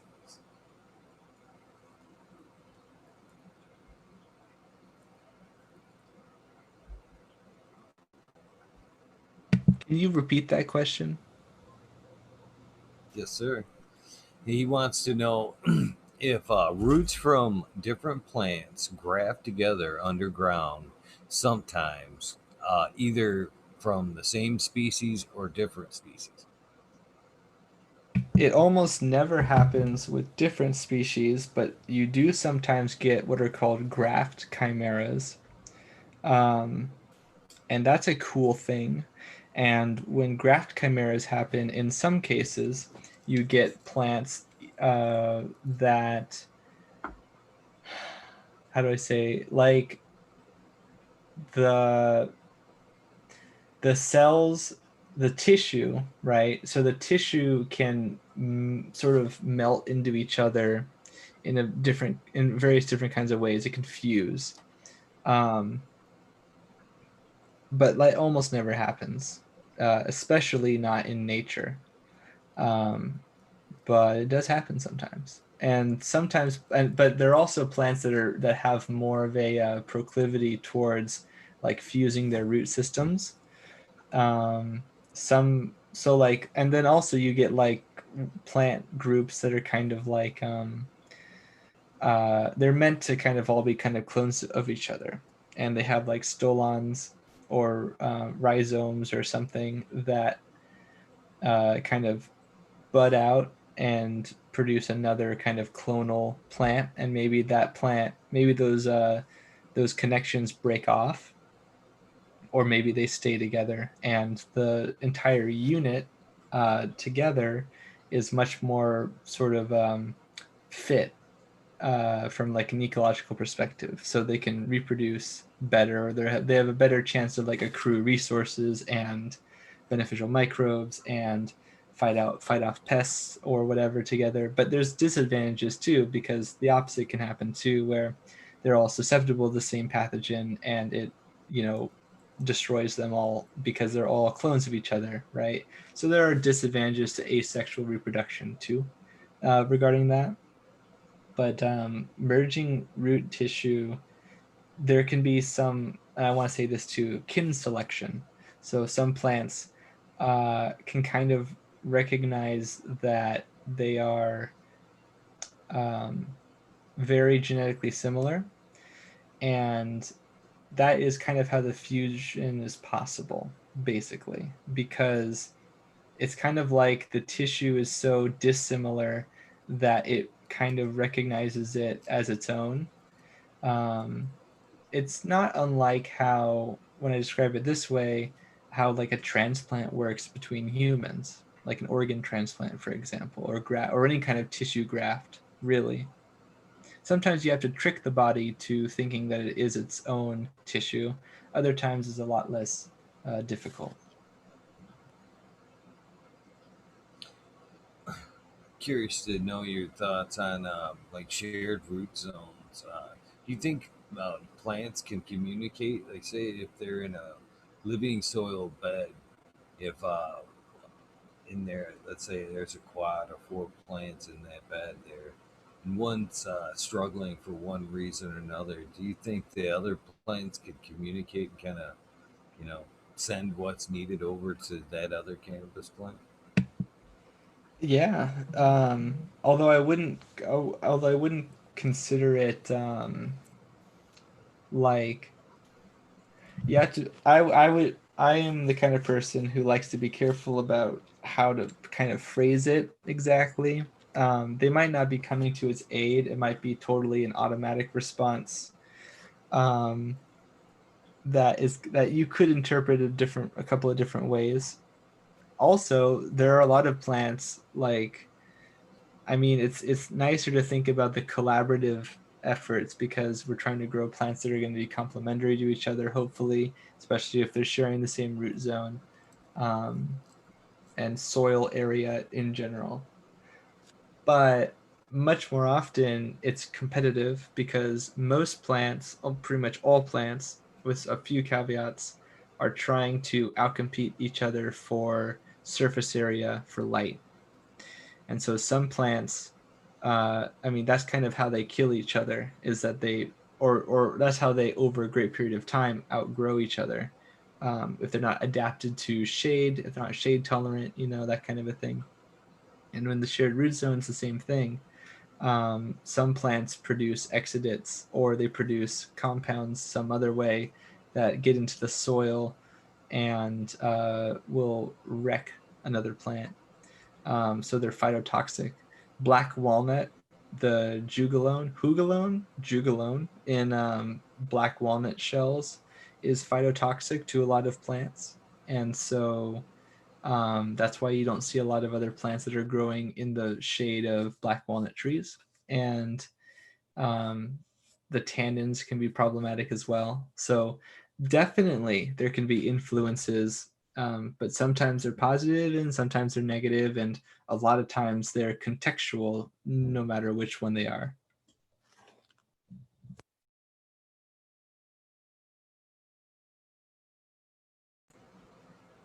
So I'm curious to know what are some of the better ways you think to keep up the microbial count up in your soil?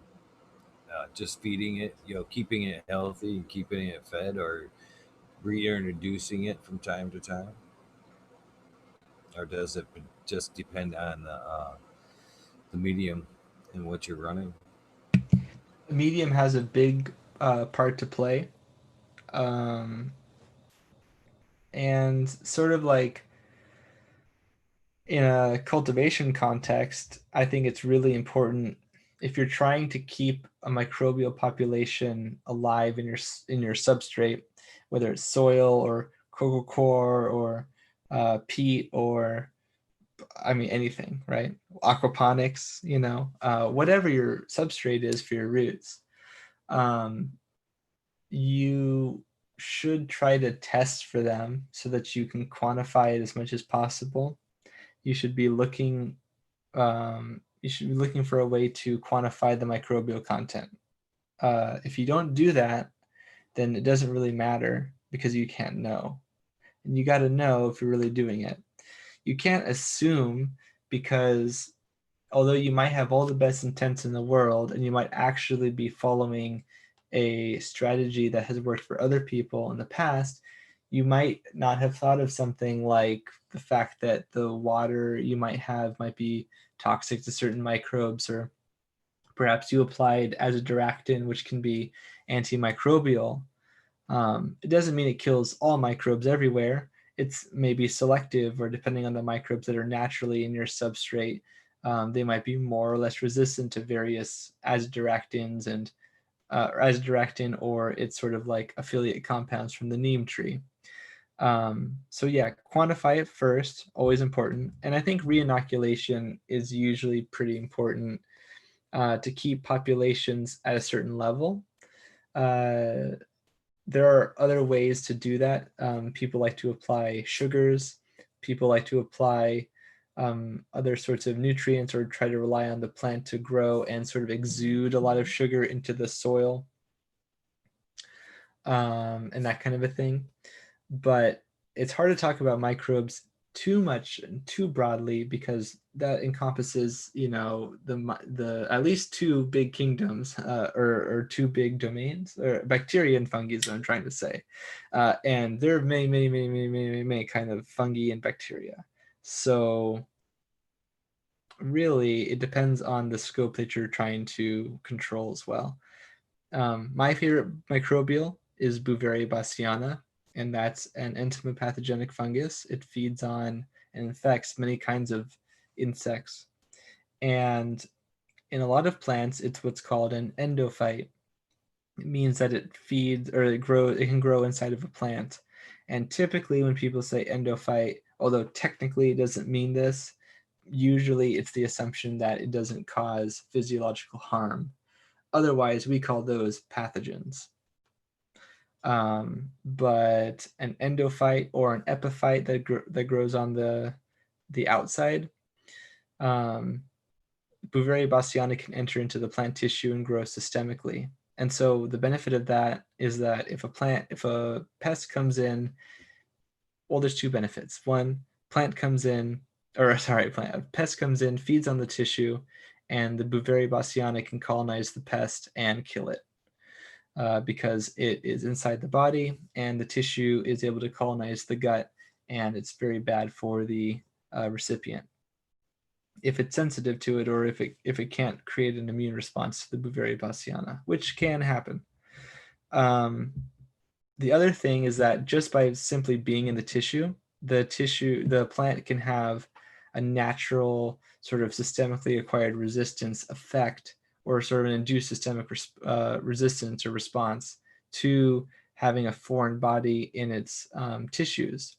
Now, because it's not causing harm to the plant, it's kind of like you're just eliciting an immune reaction, if that makes sense.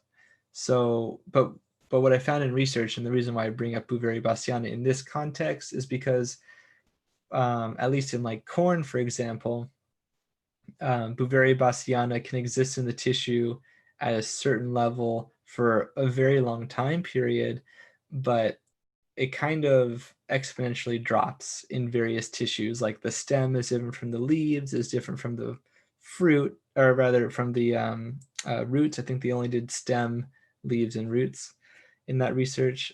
And other microbes will have various sensitivities, and they can either systemically colonize the plant only on the rhizoplane, or maybe they can go into the rhizosphere, or into the or they can exist kind of freely in the rhizosphere. They might not even associate with the plant tissue directly. So there's a big sort of cavalcade of various microbes that you can sort of draw on, and they're all going to have different sort of idiosyncrasies. So the real question is, which ones do you really care about the most? Which ones are going to have a direct impact? I think this is just how I feel like it's most efficient. And then sort of creating a system that is going to keep them at a high enough population to have the impact that you want. And that should all be quantifiable. If you're not quantifying that, you do run into some problems with the application of microbes and what you use to elicit them, because like I said, they're very complex. There's very different variety. There's many different kinds, and even populations in the same species can be widely different. Various isolates can be very different in their sensitivities and abilities, and some of them can even be parasitic, while another isolate can be typically mutualistic. So.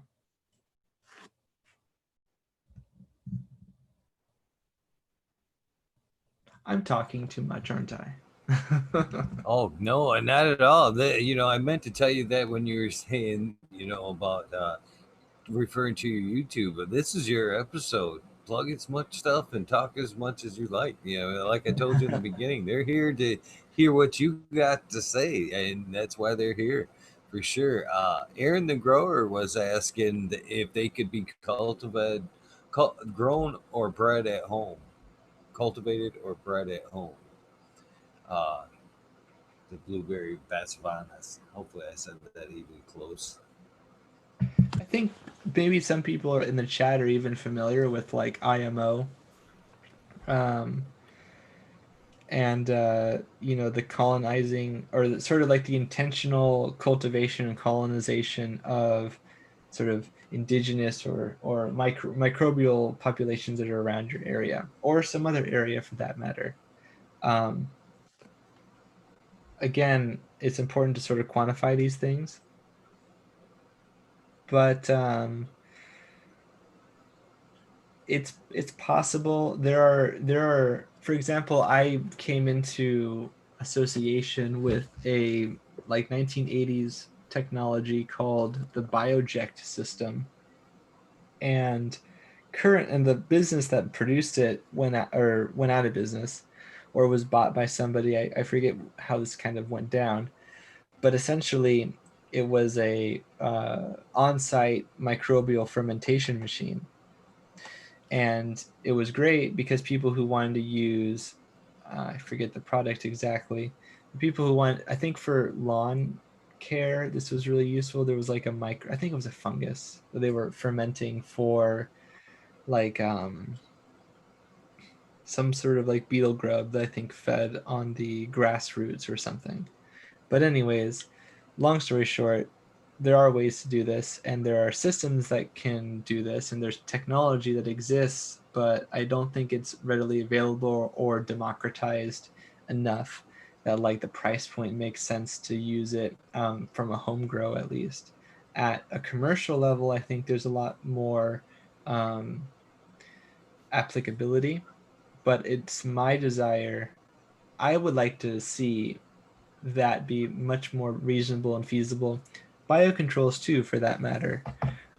It's kind of hard to quality control biocontrols and grow them to a rate that you would want, but like similar to like banker plants, and in that sort of frame of scope, I think it's possible to use microbes and grow them at home, or at least certain ones, or at least facilitate them to some degree. That's certainly possible. But like Blueberry bassiana again is a great example where if you grow it over and over again on like agar, and you don't grow, and it isn't able to infect um, arthropods, and particularly arthropods that you want it to infect, then the selection pressure for virulence factors, so traits that allow it to be good at infecting the target, those go away in a few generations.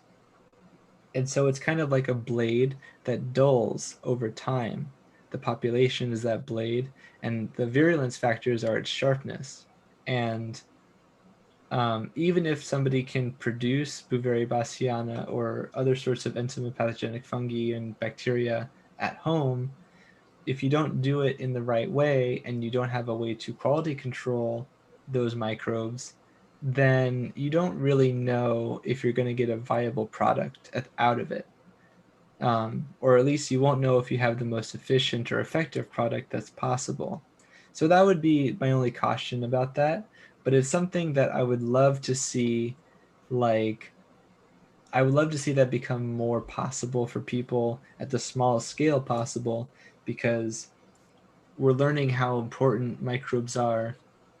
And again, it's very in vogue to bring up like the human gut microbiome and all of that sort of stuff. But I'm a huge advocate of understanding what's called the holobiome or the hologenome, which basically means all the genomes of all the organisms in all the environments kind of interacting with each other at once.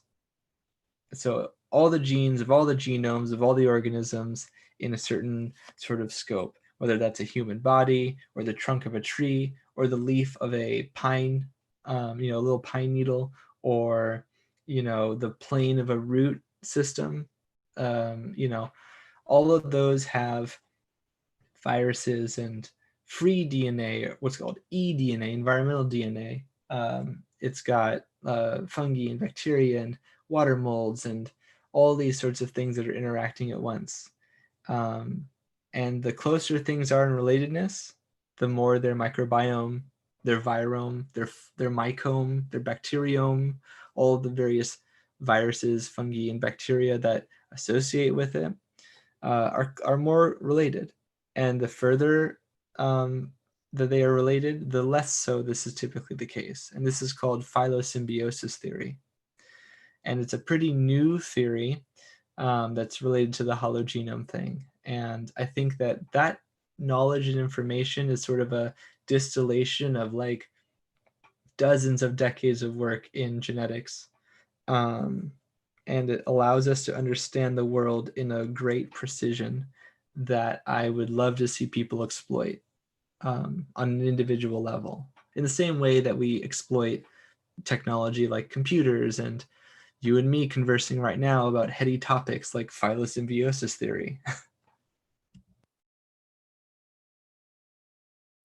I can't help but wonder, as cannabis emerges, how much influence do you think that cannabis will have in the studies of microbes and whatnot in the soil? Do you think that it's really going to kind of explode or reignite a lot of the passion in you guys to take to find out exactly what's going on in that soil 100% and new ways to innovate uh, our horticulture? Absolutely. I think it's already doing that, in fact. Um, there is So the main reason, well, one of the main reasons I think is because of the obvious reason. A lot of people like cannabis.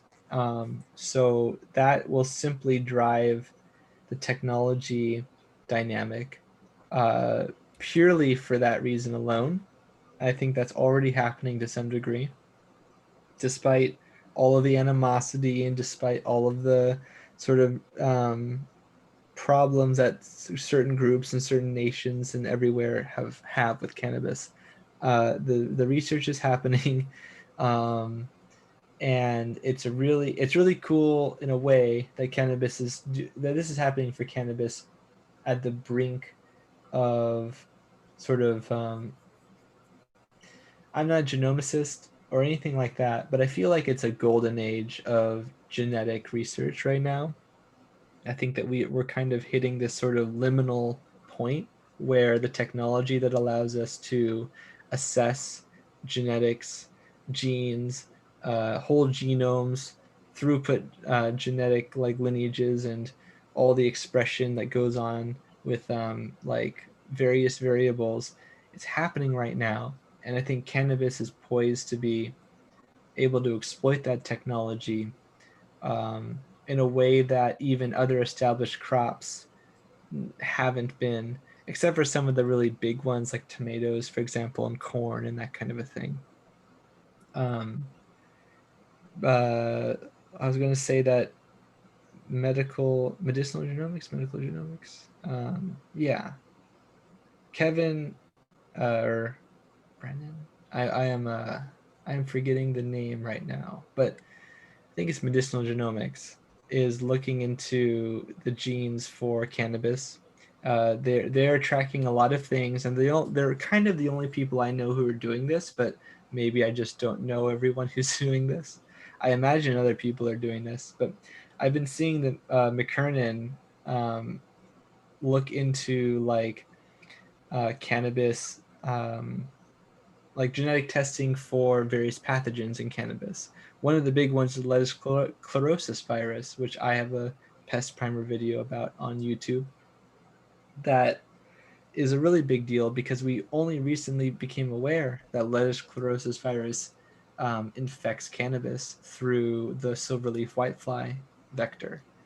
Um, and it stunts and yellows and kills cannabis. And so knowing that and we just discovered that a couple of years ago. In fact, I think it was only last year, and yet he's now got a test for that he's working on, or maybe already has already. So it's amazing to me that people can do that.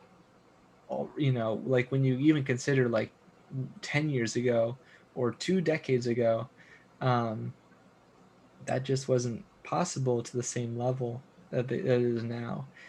They were also able to find out that uh, cannabis that is grown without a certain gene cassette that includes the genes that are responsible for THC synthesis. Um, that gene cassette also has resistance genes for fungi like powdery mildew, and I think also fusarium. Um, so that's like significant. Like if you know that, if you are aware of this fact, then like that really has a lot of implications for like THC free cannabis plants and like kind of the sort of the onus that you're putting on cultivators to grow a plant that is like genetically not as predisposed to fighting off pathogens, right? Because of, for legal reasons. um it's kind of, I mean, to me, if I was like in that situation, and with a lot of farmers I am in that situation where they're growing CBD focused plants mainly for this purpose. It's a little bit like, it's kind of unfortunate, right, that like they have to grow with a plant that is like kind of genetically inferior from an IPM perspective against certain pests, purely for this rule. So I like that kind of technology and research is even coming out in the last 1 or 2 years, and I always like to keep up to date on that. And I think that makes me, if I can toot my own horn a little bit, I think that makes me really good at being an IPM specialist by being kind of aware of all of these different things going on. Um, I try to keep on the bleeding edge, and I think that's why people like my content too, because a lot of that that I'm talking about is usually like, research reports that just came out like that day or a few weeks ago or something like this. And it's amazing that through social media and other sorts of platforms, like we were talking about earlier, I'm able to do it and then transmit that information to you and everyone who's listening to it right now. It's kind of amazing, a little bit surreal. I know we're all thankful for sure because it's stuff that needs to be passed along so it can be open sourced. I think that's one of the great things about the current state that we're in is information is being passed so freely and just makes it able to for the next person to take it in and take it to the next level or fact check it or what's being going around, both the two. Uh, it's a great day and age. I'm really jealous. I've said this a few times. I've been growing now for a long time, but man, I am jealous of the people that are just starting out in this golden age of information that is coming out. All in all aspects of the cannabis plant. Man, they got such a great startup, compared to some of the older folks like myself. Man, I just can't wait to see what comes in the next few years in the cannabis industry because of all the knowledge that's being passed around, like yourself. Yeah, like you said, as fast as it can come out, it's being passed around, and then therefore, once it enters somebody else's head, then it's automatically either should be entering the next phase. What can I do with this information? And I greatly thank you for passing it along as fast as you can get it, basically. I appreciate that you appreciate that. I think it's really important, and this is like the best, like you're saying, it's like the best time so far to be able to kind of do that in a lot of different ways. And I also think that efforts towards like acceptance and leniency and legalization of cannabis owes to some degree our ability to communicate this kind of person to person virtually. I think that the internet in general played a big role in that in a lot of different ways. It also, of course, allowed for surveillance and issues in that regard as well. But I think it also had those positive effects for sure.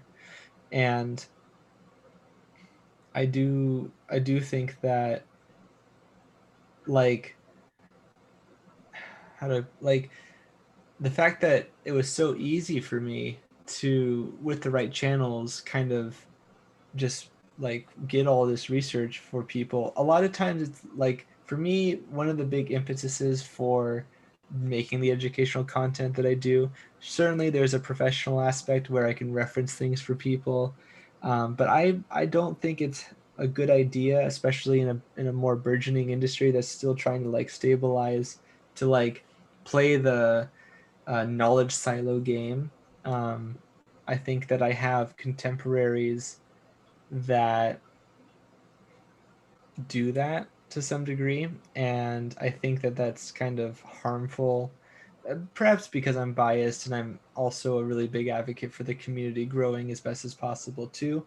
But a lot of that information is locked away in research reports that are really esoteric, and you have to understand like some technical knowledge, sort of either knowledge or terminology or both, that sort of precludes people from doing it, from being able to ascertain things. And I like to be able to speak on a very sophisticated, comprehensive level, and also be able to break that down for people.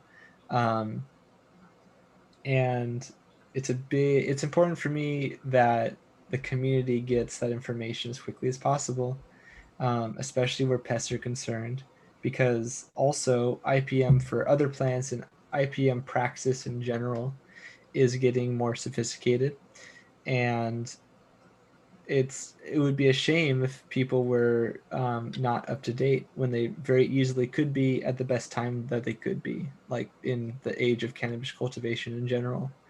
and being able to apply those sort of cutting edge and bleeding edge technologies and techniques. Like as cannabis grows, there will be new pests that come into focus. That spotted lanternfly I mentioned before. I've read Chinese research that, and this is one of the advantages of going to China and like being able to read a little bit of Chinese, that show that a spotted lanternfly feeds on hemp. It has fed on cannabis. It's been documented. Not profusely, not a lot, but I wouldn't be surprised. It's got a huge host range already. But just kind of being aware. If you don't know that, then you don't even know to be considering that as a problem. But to be forewarned is to be forearmed. And you know, as I've said in the past, knowledge is power, and it's extremely lightweight. So accruing as much as possible is a really great tactic. Take it from me. So I'm also curious, with all that being said, and as recreation pushes forward, I'm interested to hear your thoughts on where research may go at all as legality pushes forward, as I want to, as rec pushes forward. Do you see the most of the research shifting over to fields like yourself, IPM, agriculture, microbiology, and the studies and medical, the aspects of cannabis kind of fall to the side? Could you I'm sorry, like, could you say that one more time? I just want to make sure I got Yes, that all. sir. I'm interested in your thoughts on, as recreational pushes forward and it seems to become more of a dominated thought of where the market may go here in the future. Do you think research money will shift over to more towards agricultural, IPM like yourself, their field of microbiology and plant health versus studies in medical uses and that aspect of the cannabis plant? You'd I think, see. like it way more heavy towards the agricultural and, the more big push for the big guys to get it out there versus, more medical studies as it's, because it really takes rec to come forth for both. You know what I mean? It's going to take rec for, them to really have the okay to study medically or to put their money into cultivation. Where do you think the money will go? Do you think it'll go more towards medical study, or do you think it'll go immediately into, agriculture? Them, getting it, developing it, growing it. Where do you? What's your thoughts? Okay, I totally understand now. Comprehensively, I think that I would like for a lot of research money to go into biosecurity and agricultural pursuits, like generally. We do put a lot of money into it, it's true. Um, Multiple millions of dollars. Many millions of dollars are actually already being spent on spotted lanternfly by itself. And that's so, like, it's been described as potentially being um, one of the worst pests in the last 100 years, which is a big deal. There's been a lot of bad pests in the last 100 years, but for the USA in particular, I mean, um, I feel like lately that kind of research is not. In some ways, it's getting it's come up. It's sort of like due, but it's not. I feel like it's just not adequate in a lot of cases, either because the amount of, maybe not in the amount of money that's being spent, but maybe where it's being spent, kind of like what you're alluding to in your question. um, I do think that one of the hallmarks, I think, yeah, one of the hallmarks of cannabis cultivation kind of stabilizing will be a serious multi-year, multi-level research effort towards assessing sort of the cannabis sort of pest uh, reference, like all the different pests that could affect cannabis in various places. Um, when we start to see more effort into understanding its genetic sort of its genome and like various implications about resistance genes and susceptibility genes, um, and sort of interactions in its natural territories. Some of that research already exists. Um, in my global integrated pest management review 2019, I go over the evolution of the entire Cannabaceae family. And then in the next video, I go over, well, I go over some of the implications of that, but also what is the pest ecology of cannabis? Where is it? What's its origins? Um, what if we assume that our research currently is accurate? Then, what does that imply about some of the pests that can feed on it? And what are some of the things, like how does that even evolve? Like how does coevolution of a plant and its pests happen? And like just all of that information, like once we start seeing that be focused much more closely, I think that that will happen. I think that that will be a very big hallmark for cannabis standardization. However, I don't, I kind of feel like it won't happen for a while. It's something, and for one thing, there's the federal illegality in the USA and other parts of the world. But also, I just feel that um, we tend to be too reactive uh, because it's not a really it's not a really engaging political topic. It's kind of like nobody's like gonna vote for one person or another because they think that the spotted lanternfly or that the Colorado potato beetle or the tomato leaf miner moth is gonna come in and affect our crops or something. It's kind of hard to get excited about for a lot of people. So I think that that's one reason why it tends to be reactive and not proactive, which is one reason why I'm always ecstatic when people follow me on Instagram or Twitter or my YouTube channel and they comment and they say that they really appreciate like getting that knowledge.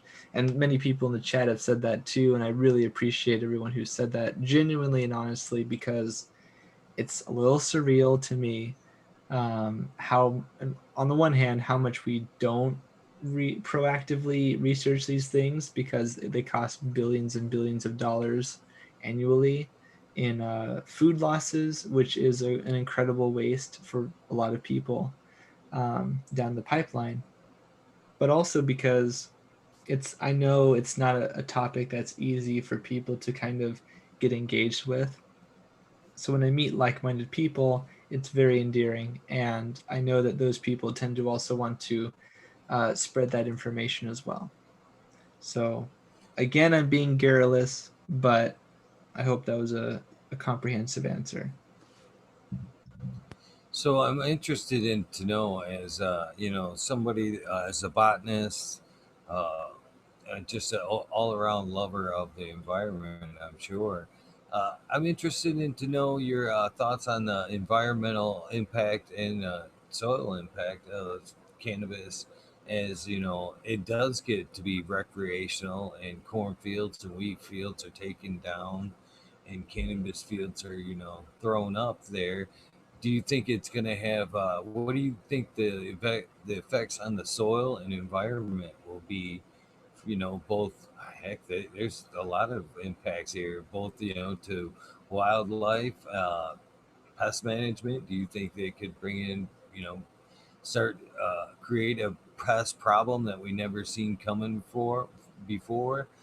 And do you think, like any other crop, will it deplete the soil? Is that something that we're going to have to think about as we, start laying down fields and fields? Are we going to have to start rotating crops here in time to, you know, offset the damage we're doing with a constant cultivation of the same plant over and over on the same fields? One of the things that I've always liked about the cannabis community, I suppose, and who gets to call somebody part of and not part of the community is, subjective. But there's a big uh, there's a big group of people who generally I think are um, environmentalists, and especially people my generation. That's very endearing to see people who are interested in the environment. I really appreciate this question from you because of it. And in the cannabis community, I think there's a lot of people who sort of find a kinship with the environment through cultivating cannabis in a very similar way that people do when they garden, when they produce their own food. It's a very empowering feeling. It's a very sustaining feeling. And for a lot of people, it's highly fulfilling. And they also grow to understand some natural dynamics, which allows them, just much the same way that I did in my formative years, catching Pokemon in real life with insects and plants and like looking into these sorts of things with a passion and mirth. But um, so because of that, I think that I feel like there's going to be more people who cultivate that are going to be responsible. But I do feel as though I would be remiss if I didn't also consider the fact that people are human, which is sort of a dumb thing to say. People, of course, are human, but not all humans are very people-like. I guess I could say that too. I'm of course referring to the fact that there are people out there who are just in it for the money, that are going to concentrate power and organizational strength, and they will make bad decisions based solely on profit margins. I have no doubt, because it's already happening, that will probably continue to happen too if there isn't some sort of measure to curtail that. Um, when even people have really good intentions by applying certain biocontrol agents, and this is where the ecology aspect of IPM really comes into play for people who actually care about the environment. When I'm consulting with people who do care about this very greatly because they're trying to kind of live within a natural means or some sort of a paradigm, or because they just know that uh, if they apply too many of a compound or too many biocontrols or something, they're just familiar with incidents, or they live in a place where it's very sensitive, like Hawaii or New Zealand or Australia, for example. These are places that are very, very, very sensitive to foreign invasion of animals and plants and that sort of a thing. And they should be, because they have delicate ecosystems. And anyways, I guess my point is that even if you apply biocontrols responsibly, there's an inoculative effect, and there can be sort of a runaway effect as well.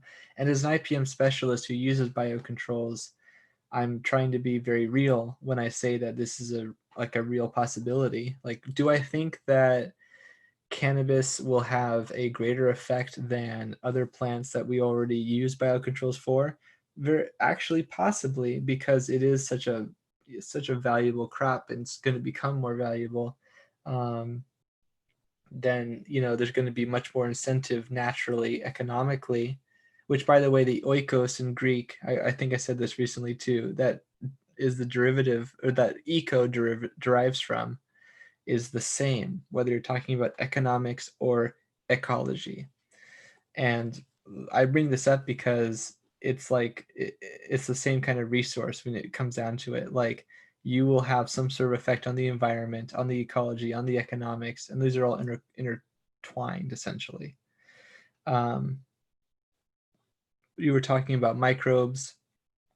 I think that there's a very good possibility for people who are trying to apply microbes and inoculate their soils and substrates to potentially have a runoff effect if they're not responsible with how they're inoculating, if they're growing in open fields. Um, I'm not saying that these microbes are going to, like, because it's hard to quantify negative, right? from an ecological perspective, if you're trying to be very objective and not anthropocentric, it's kind of hard to quantify like positive or negative, really. But certainly you can have a disruptive effect. You can have an effect on the sort of natural ecosystem that will be profound. But the worst part is that you don't really know what that will be and to what extent. So just being responsible and mindful, I think, is super important. But I do think that there are ways that cultivation can have a negative effect on the ecosystem. I have to agree, just because, like I said, there's a lot of animals that, like it or not, farmers, you know, there's animals eating off those crops, those weeds, those corns and whatnot. And if you take those down and throw up something that's a lot less palatable, like cannabis, it's going to undoubtedly have some effects on the surrounding wildlife, I would think. Yeah, absolutely. A lot of people are familiar with soybeans and other plants like corn, I think, that were grown to produce the cry proteins um, that are produced by like Bacillus thuringiensis and that sort of a thing. Um, and those will are poisonous. Those proteins are bad for the caterpillars like diamondback moth, for example. And within a few generations, rather a few years, the diamondback moth populations in certain places were already resistant to the BT, the BT corn or BT soybeans or whatever. Um, and other caterpillars, well, I should say other moth species, the caterpillars of which feed on various plants, these things select for pressures. And so kind of ironically, although you're using these plants as like some sort of a, you're trying to give them the best defense. You're trying to use them in some ways. It makes sense as a natural defense, right? But there's a lot of issues with that, and I think that insects especially are really great at adaptations, and they're not the most, I guess you would say that viruses are probably the most replicative and therefore the most liable to like mutate and change kind of as a matter of course. But insects are pretty good too. And I guess I'm kind of saying in a really loquacious way that um, you always have to be aware that a new thing will happen. It's never not been the case where a new pest comes into play. Beet curly top virus is a very, very famous virus. It affects many different plants, particularly beets, and it was recently found in cannabis. I talk about it in my cannabis ecology video that I referenced earlier, the global IPM review, that you can kind of predict some of these things by understanding how related Cannabaceae are to other plants, by studying what some of the other Cannabaceae have as pests. So like, what are the hops pests? What are the hackberry pests? Hackberry? Are they hackberries? I think so. But what are so like I know I know the genera better than I know the common names, but like your Amphinantha, your Catechma, your Leo or Parasponia, your cannabis, obviously your humulus. What are all of these plant genera pests like? There's not a whole lot of research into those too, for that matter. But if you track that, and then you go, okay, what's the Cannabaceae family? What are they most related to? What are the families they're closest related to phylogenetically? You can kind of build up this reference pool, and you can speculatively look at this, and then you can also test it. But I think at this point, I've kind of gone off on a tangent.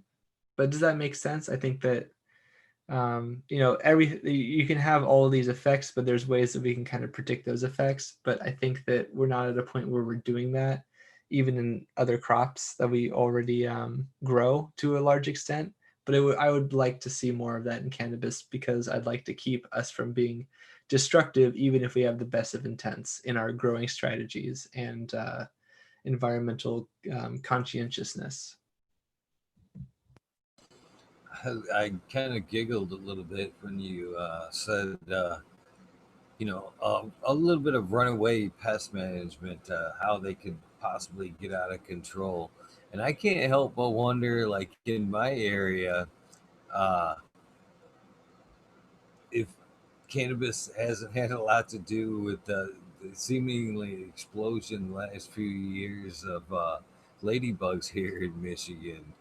Uh, it I can't help but wonder if, like I said, if we're responsible for that, because like even when I moved up here, I giggled a little bit. I moved up here like 5 years ago, and I actually moved a lot of stuff up here, a lot of my grow up here before I came up here, and I did utilize a lot of ladybugs at that time, and so uh, they like I said, it moved up here a little bit before I did, and then that year, especially around this house, and the house that the people that lived here say I stored stuff here, and they were like moving out still as you know I was moving up basically, and so they had a weird ladybug explosion that year.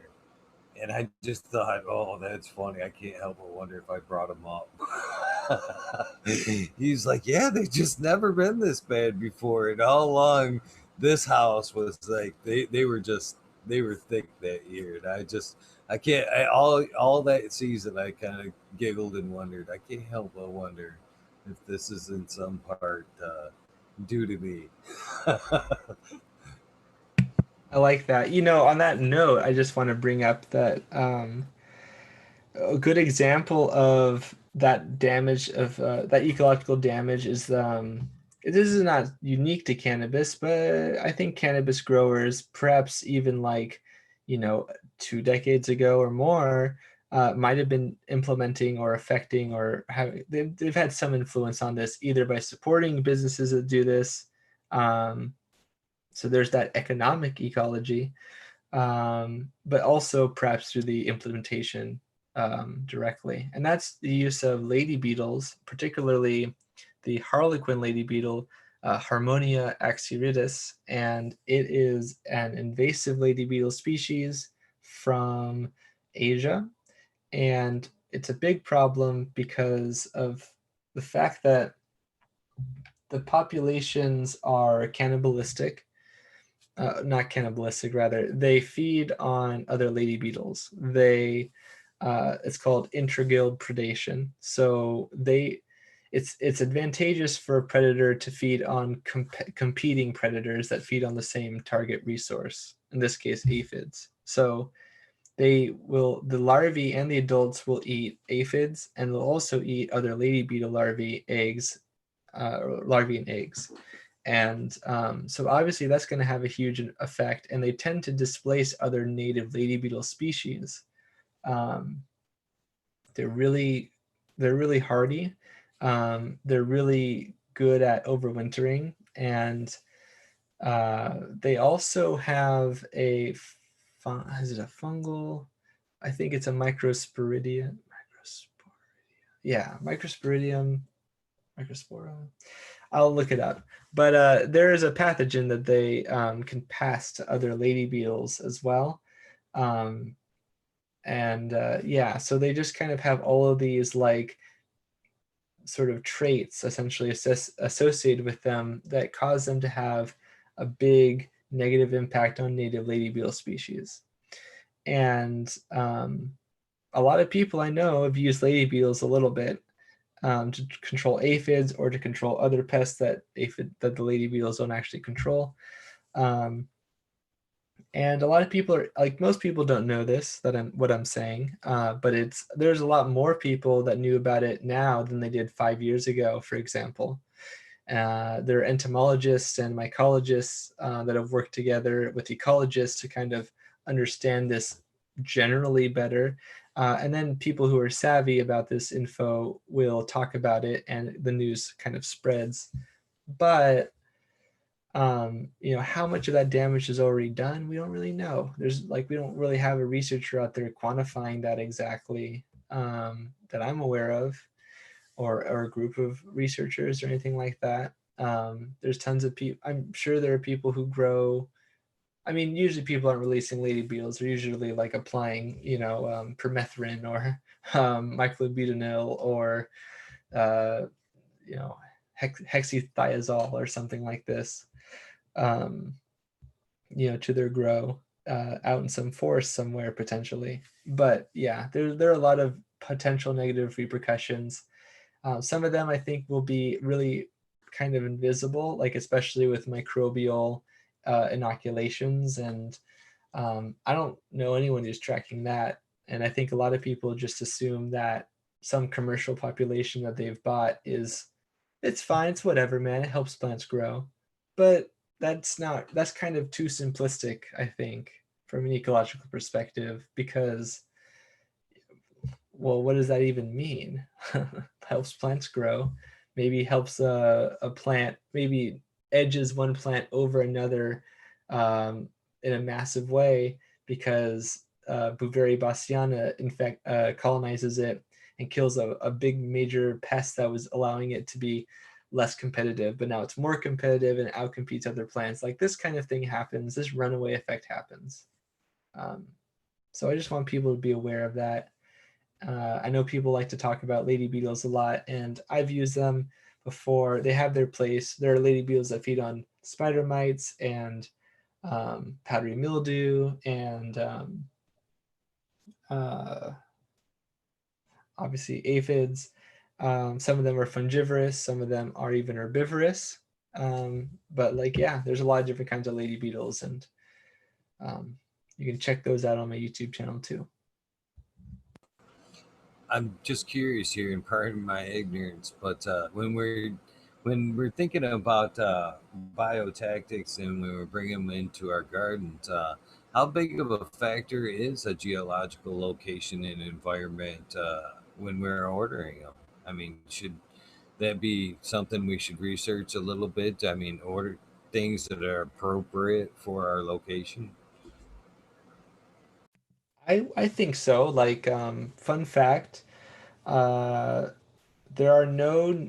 Is this actually true? I'm trying to think if I remember reading something that didn't say this, but I'll say this, a lot of the earthworms that we use, for example, in composting, and also just like kind of night crawlers and that sort of a thing, or what people call night crawlers, earthworms that are growing in, or that are living in the soil in North America, are exotic.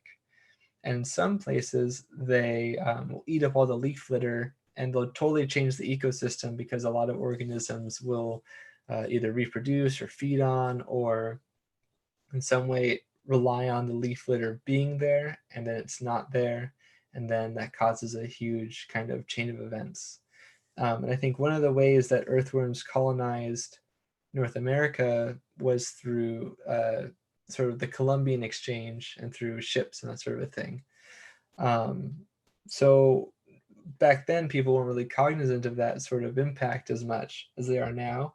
And I think that people should, when they can, be, sort of like responsibly apply.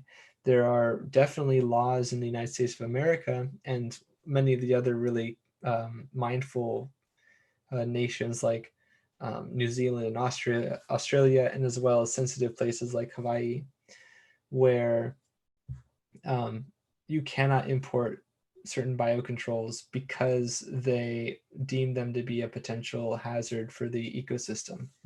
I know that there are bumblebees that can't be imported to North America from Europe that are used for pollination because of yeah, so they had to like find a different species, or they had to use a native species. But like that kind of thing that exists. And there's like an exotic pet trade that I could get into as well. And yeah, so there are some, I don't know, like it kind of becomes an ethical question of like the environment versus your farm, which by the way feeds your family. Like I'm not going to sit here and tell somebody that like if it's applying an exotic that will kill a pest that will help them like survive in this system that we exist in, that they're like, you know, that they're being terrible monsters by using it. But I think that there are a lot of responsible ways to apply biocontrols.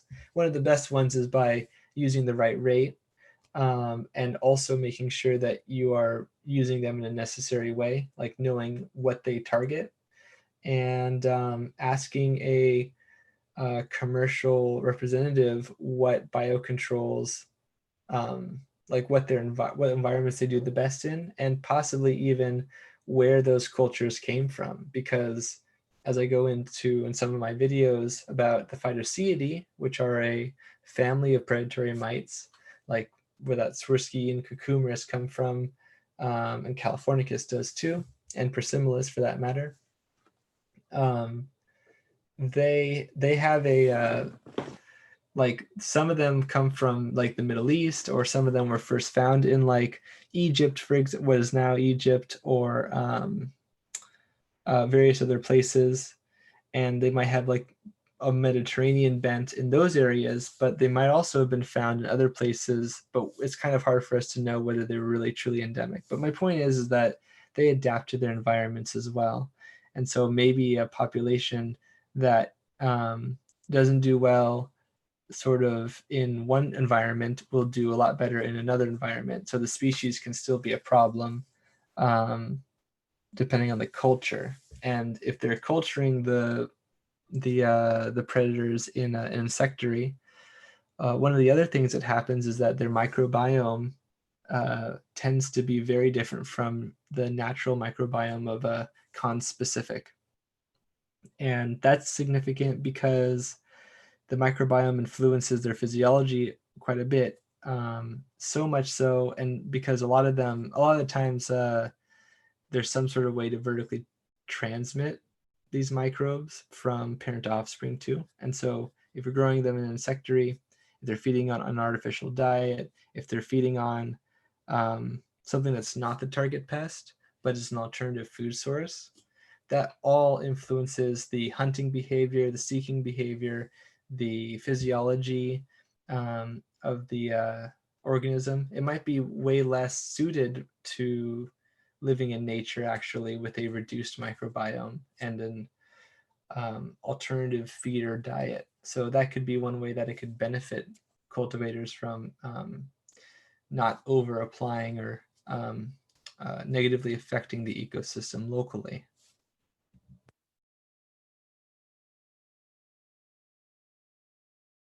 That brings me to my next question. He just hit right there. Can you over apply?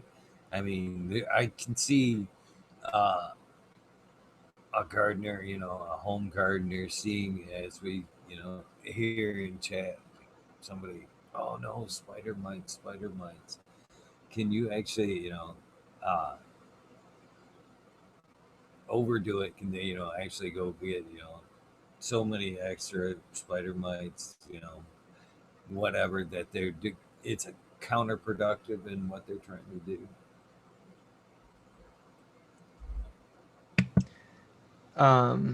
It can definitely be that way. So there's the ecological example I kind of already gave just now, but also like they're expensive, so you don't want to over apply them.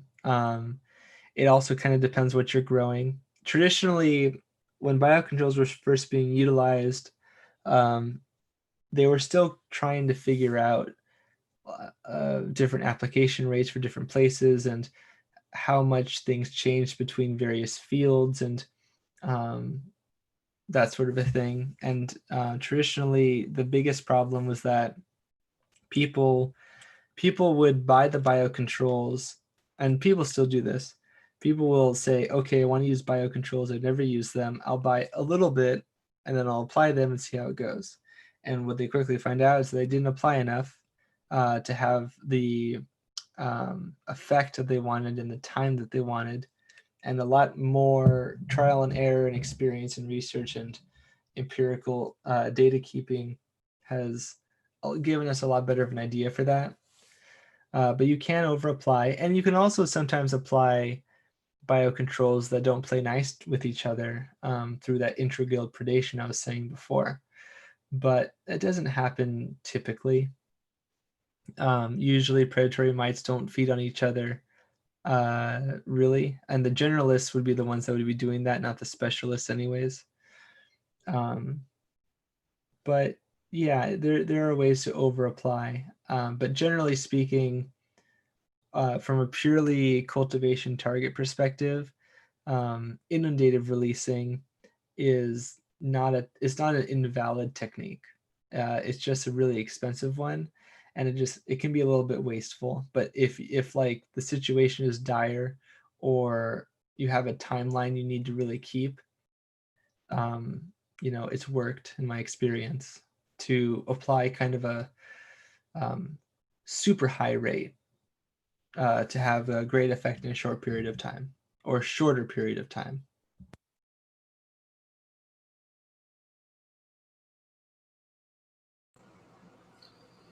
I can see it. I can see it. So in the end, they'll just kind of destroy the predator and then kind of starve themselves out. Yeah, they kind of after they can either feed on each other, although that doesn't happen too much. But after they get rid of the pest, they if they don't have if they're not omnivorous and they don't have another prey food source, then they just kind of die out. But I wouldn't be surprised if some of those predators sort of naturalized into another environment. But again, it's a little bit hard to track whether or not different species, because there's not a whole lot of acarologists or people who study mites in my opinion anyways, they're like looking that can really reasonably find out whether like a predatory mite from one area, like that's a different species in the same genus, is the same or different without like metagenomics and doing a lot of like tracing in that way. Stratiolaelaps or hypoaspis, so those soil predatory mites that people use for fungus gnats, for example, and thrips pupae, they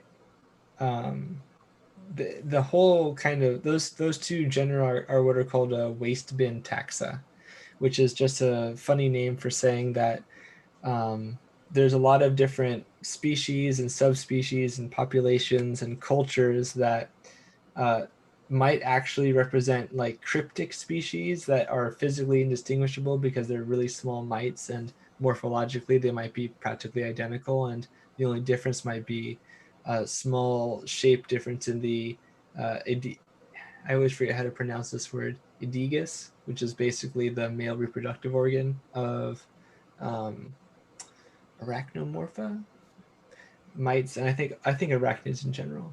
But or sometimes like they might be the same, and really we're having a semantic debate about what a species is, right? And also because of human movement and trade, it's also kind of hard to know whether or not like intermixing of different gene pools didn't happen pre-human, period.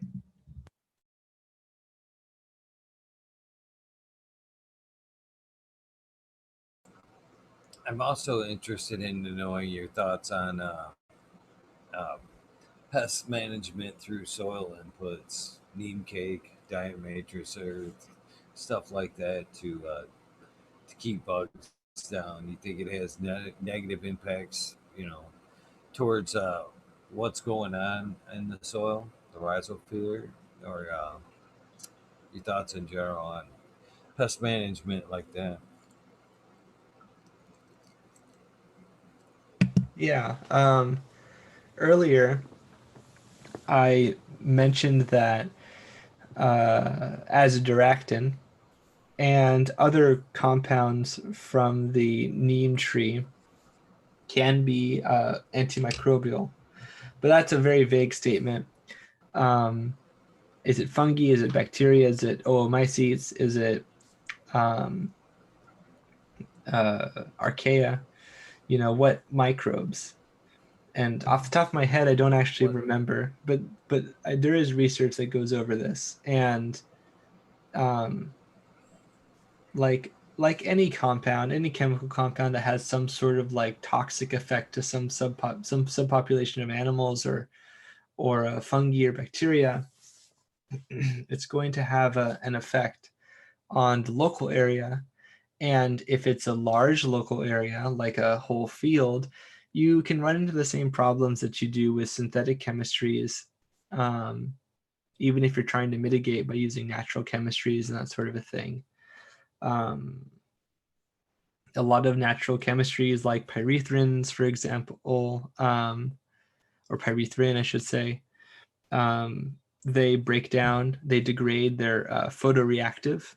So that can help mitigate having like a lasting impact. Like one of the things that made a lot of the synthetic chemistries really bad was not necessarily that they were super lethal, but the fact that they were super lethal and didn't decompose. That was kind of the really big problem, because they would continue to be lethal for a long time and bioaccumulate in higher animals and lower animals, things like DDT and that sort of a thing. So with natural chemistries, like evolution happens. I gave the example of the cryproteins, the diamondback moth, and the corn and the BT resistance that we put into those corn fields, but like it didn't matter because the selection there were insects, there were populations of this moth that already were resistant, or were adjacent to that. And because the ones that weren't just died off and the ones that were survived, or they only got a sublethal dose or whatever, then all of those reproduced with each other. So that resistance was magnified. And so that same kind of magnification can happen in other ways, like with the use of various chemistries, or even like natural compounds from plants and that sort of a thing. You might select for resistance in insects or various herbivores that might be a little bit sensitive to the pyrethrin or some other chemical compound like azadirachtin. There are even examples of like powdery mildews that can be they're able to like mutate, and they're able to sort of still kind of retain an evolutionary advantage over their host plants that also have defense compounds and physiological resistances to their infection, despite the fact that the powdery mildew is asexual. So even for asexually reproducing organisms, this is still possible. This sort of resistance can occur.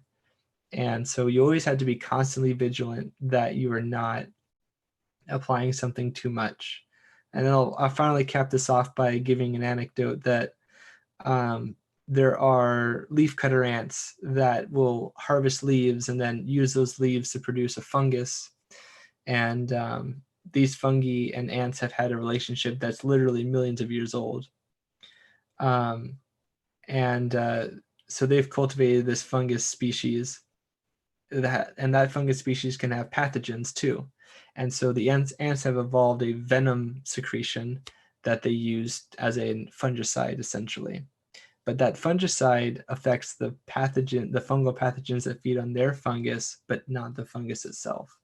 And they've been using the same venom concentration and sort of various venom compounds for like millions of years.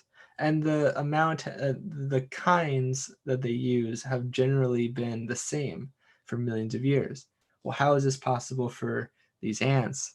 And we have pesticides that become sort of obviated in a few years. How is this possible?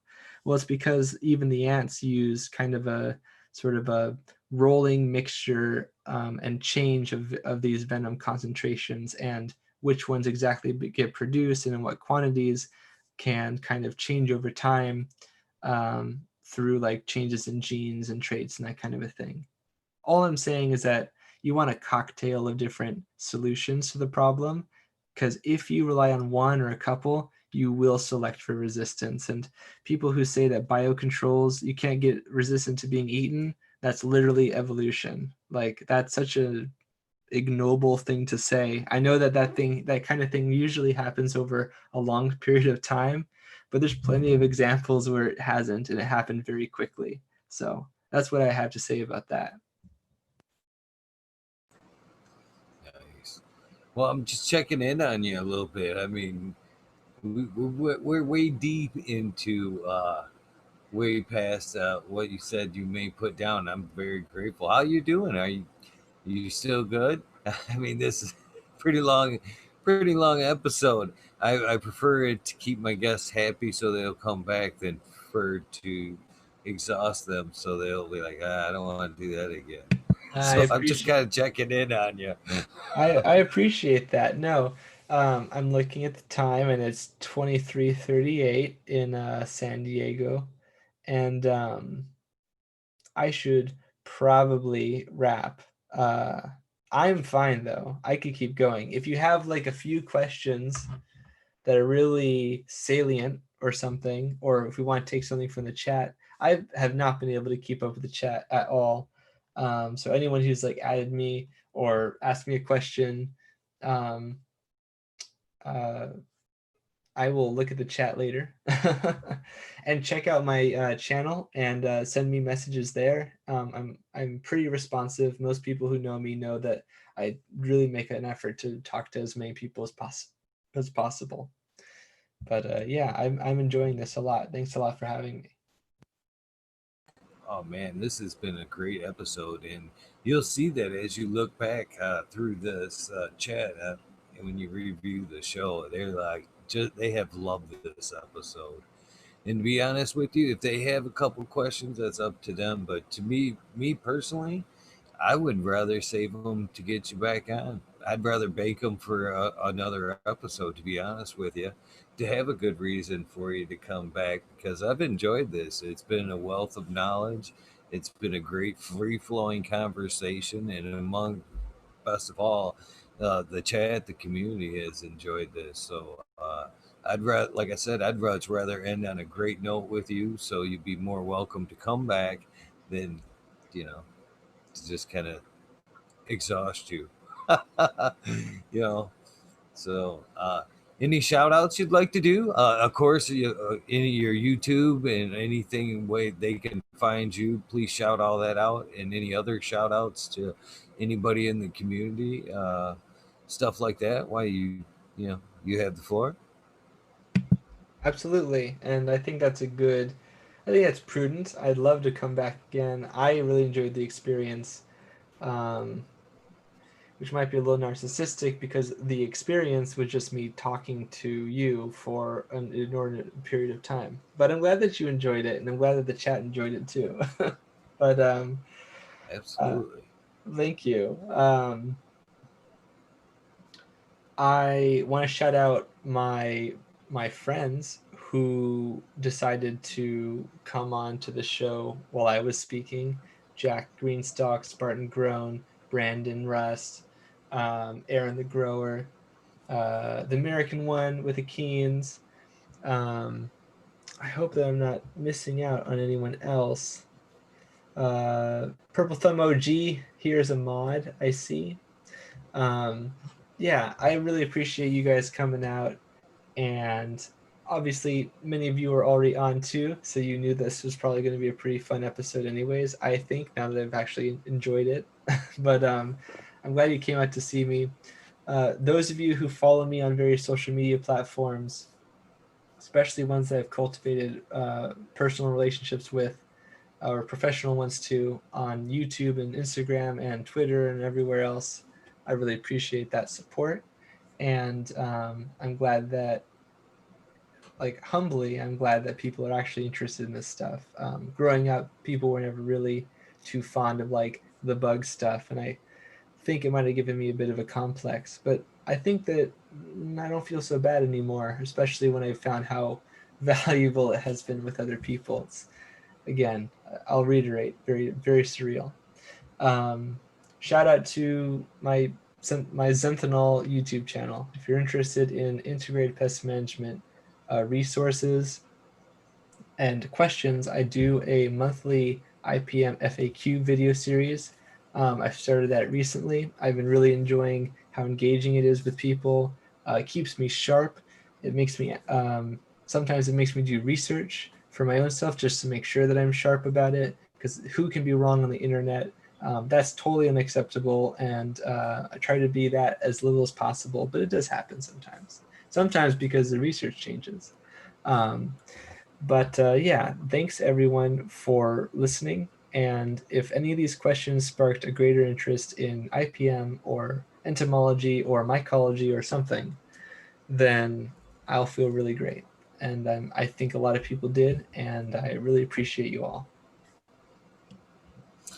Couple of things there before you go, Matthew, Mr. Gates, whichever you prefer there. Um, Man, there's a lot of nights where either people don't go the full distance, like tonight, and no hard feelings at all.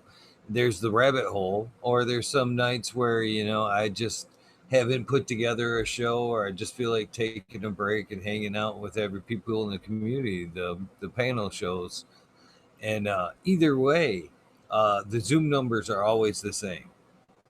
So if you see a rabbit hole episode, you're up late, or a weekend, whatever, you see a panel show during the week, and you'd like to join in, put your 2 cents in, or just hang out, we would be completely honored to have you at any point that you'd like to jump in. Open invitation. You don't even need an invitation. If you just feel like if you tune in and we're fucking up in what we're talking about and you want to set us straight, jump in, spread some knowledge. We would love it. Like I said, the numbers are always the same. Please keep them aside for future reference, and for panel shows when you just feel like hanging out and just talking. That would be pretty amazing. The second thing I'd like to get from you before you go is the soundbite. I don't know if you've been warned about the soundbite or not, but No, unfortunately, my friends didn't warn me about the soundbite. Anti shout out to my friends. Thanks for not telling me. basically the soundbite is like will be the advertisement for your episode. So I'm looking for, like, basically, hopefully yeah, I'm gonna say like the rock and roll advertisement that they had back in the day for the radio artist. Hey, this is fucking Bon Jovi, and I'm on 105.6 KLF, or whatever. But except tonight, hopefully it'll be, hey, this is Mathew Gates, and I'm on fucking Talking Shit with Eagle, episode 181. Check this out. Add to it. You can jazz it up. You can take it to the bare minimum. It's whatever, but it is your advertisement for this episode. So, that's what I'm looking for. If you could please give me that. That's no problem. Okay. Um, just as a reaction to what you first said, though, I appreciate the number. I will definitely keep it aside. And I think that's a cool thing that I'm seeing as a sort of a trend in a lot of cannabis community YouTube lives. And I'm glad that you're doing that kind of thing too. Just sort of the really fluid, streamlined conversations between various people. Very cool. With that, what's the number? What's this one's iteration? This is 181. 181, 181. right? And you want me to say this is Mathew Gates? Okay, I like it. This is Mathew Gates, IPM specialist. This is episode 181 of fucking talking shit with Eagle. Hopefully that works. You want me? I Yeah, can it redo it. does. I can redo it. Typos tend to get people engaged, right? I think so. Yeah. I'm happy with it. If you want to redo it, that's up to you. But I like it. I'm happy with it. Cool. Yeah. I really enjoyed this though. I really appreciate being on.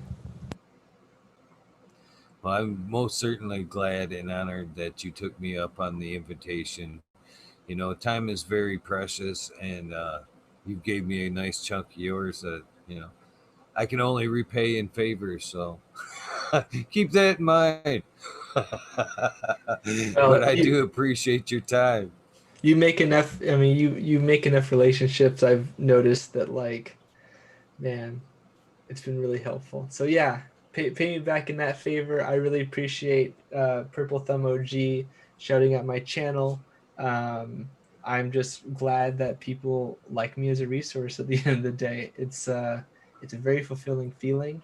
I'm glad I can do my own passion as a job and help other people at the same time. It's a win-win-win. So yeah, and if you ever need a favor, you reach out to me, Eagle.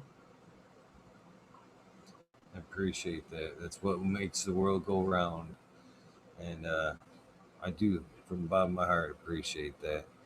And yeah, I'm gonna wrap this one up. You guys, if you wanted to hang out and check me out in the after session, the rabbit hole, I appreciate it. If not, then I'm gonna call it good on this portion. I learned that early on by a few mistakes there, Mr. Gates, is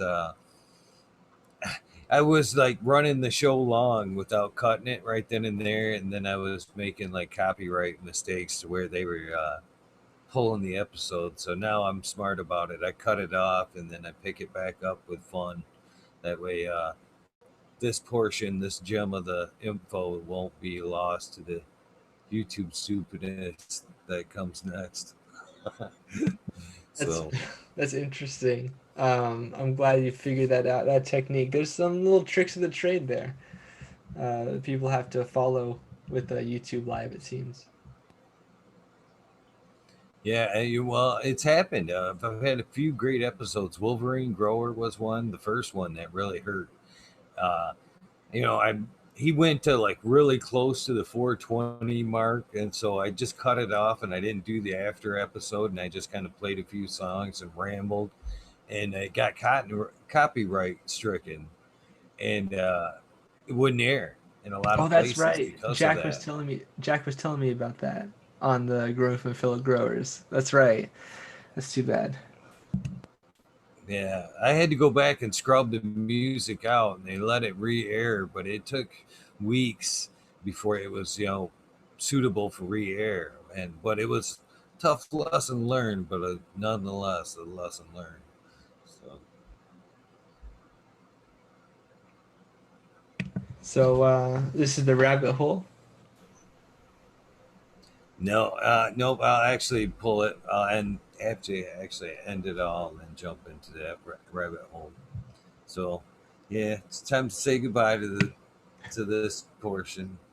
For sure. Well, thanks for having me on, and thanks, chat, and check me out, and I'll take a look at this chat after the show's over. Thanks a lot, guys. Thank you. Talk to you soon. All right, guys. If you guys, thank you, Matthew, for tuning in and checking us out tonight. And you guys know the deal. I'll be back in a few minutes for 181.5, the rabbit hole. Those you guys that don't want to tread along to the next portion of the show, I greatly understand. But if those of you do, wow, let's have some fun. Let's have some fun.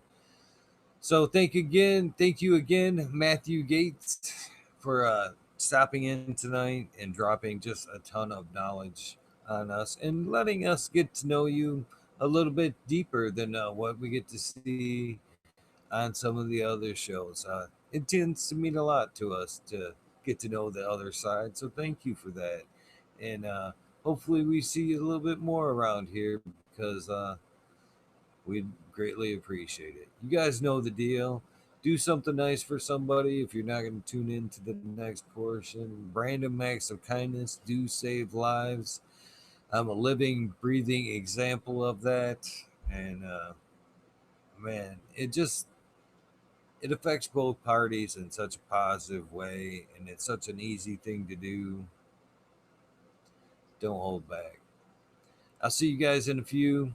Thank you for tuning in to this portion of tonight's episode, and I'll see you in a few. Thank you. Have a great night.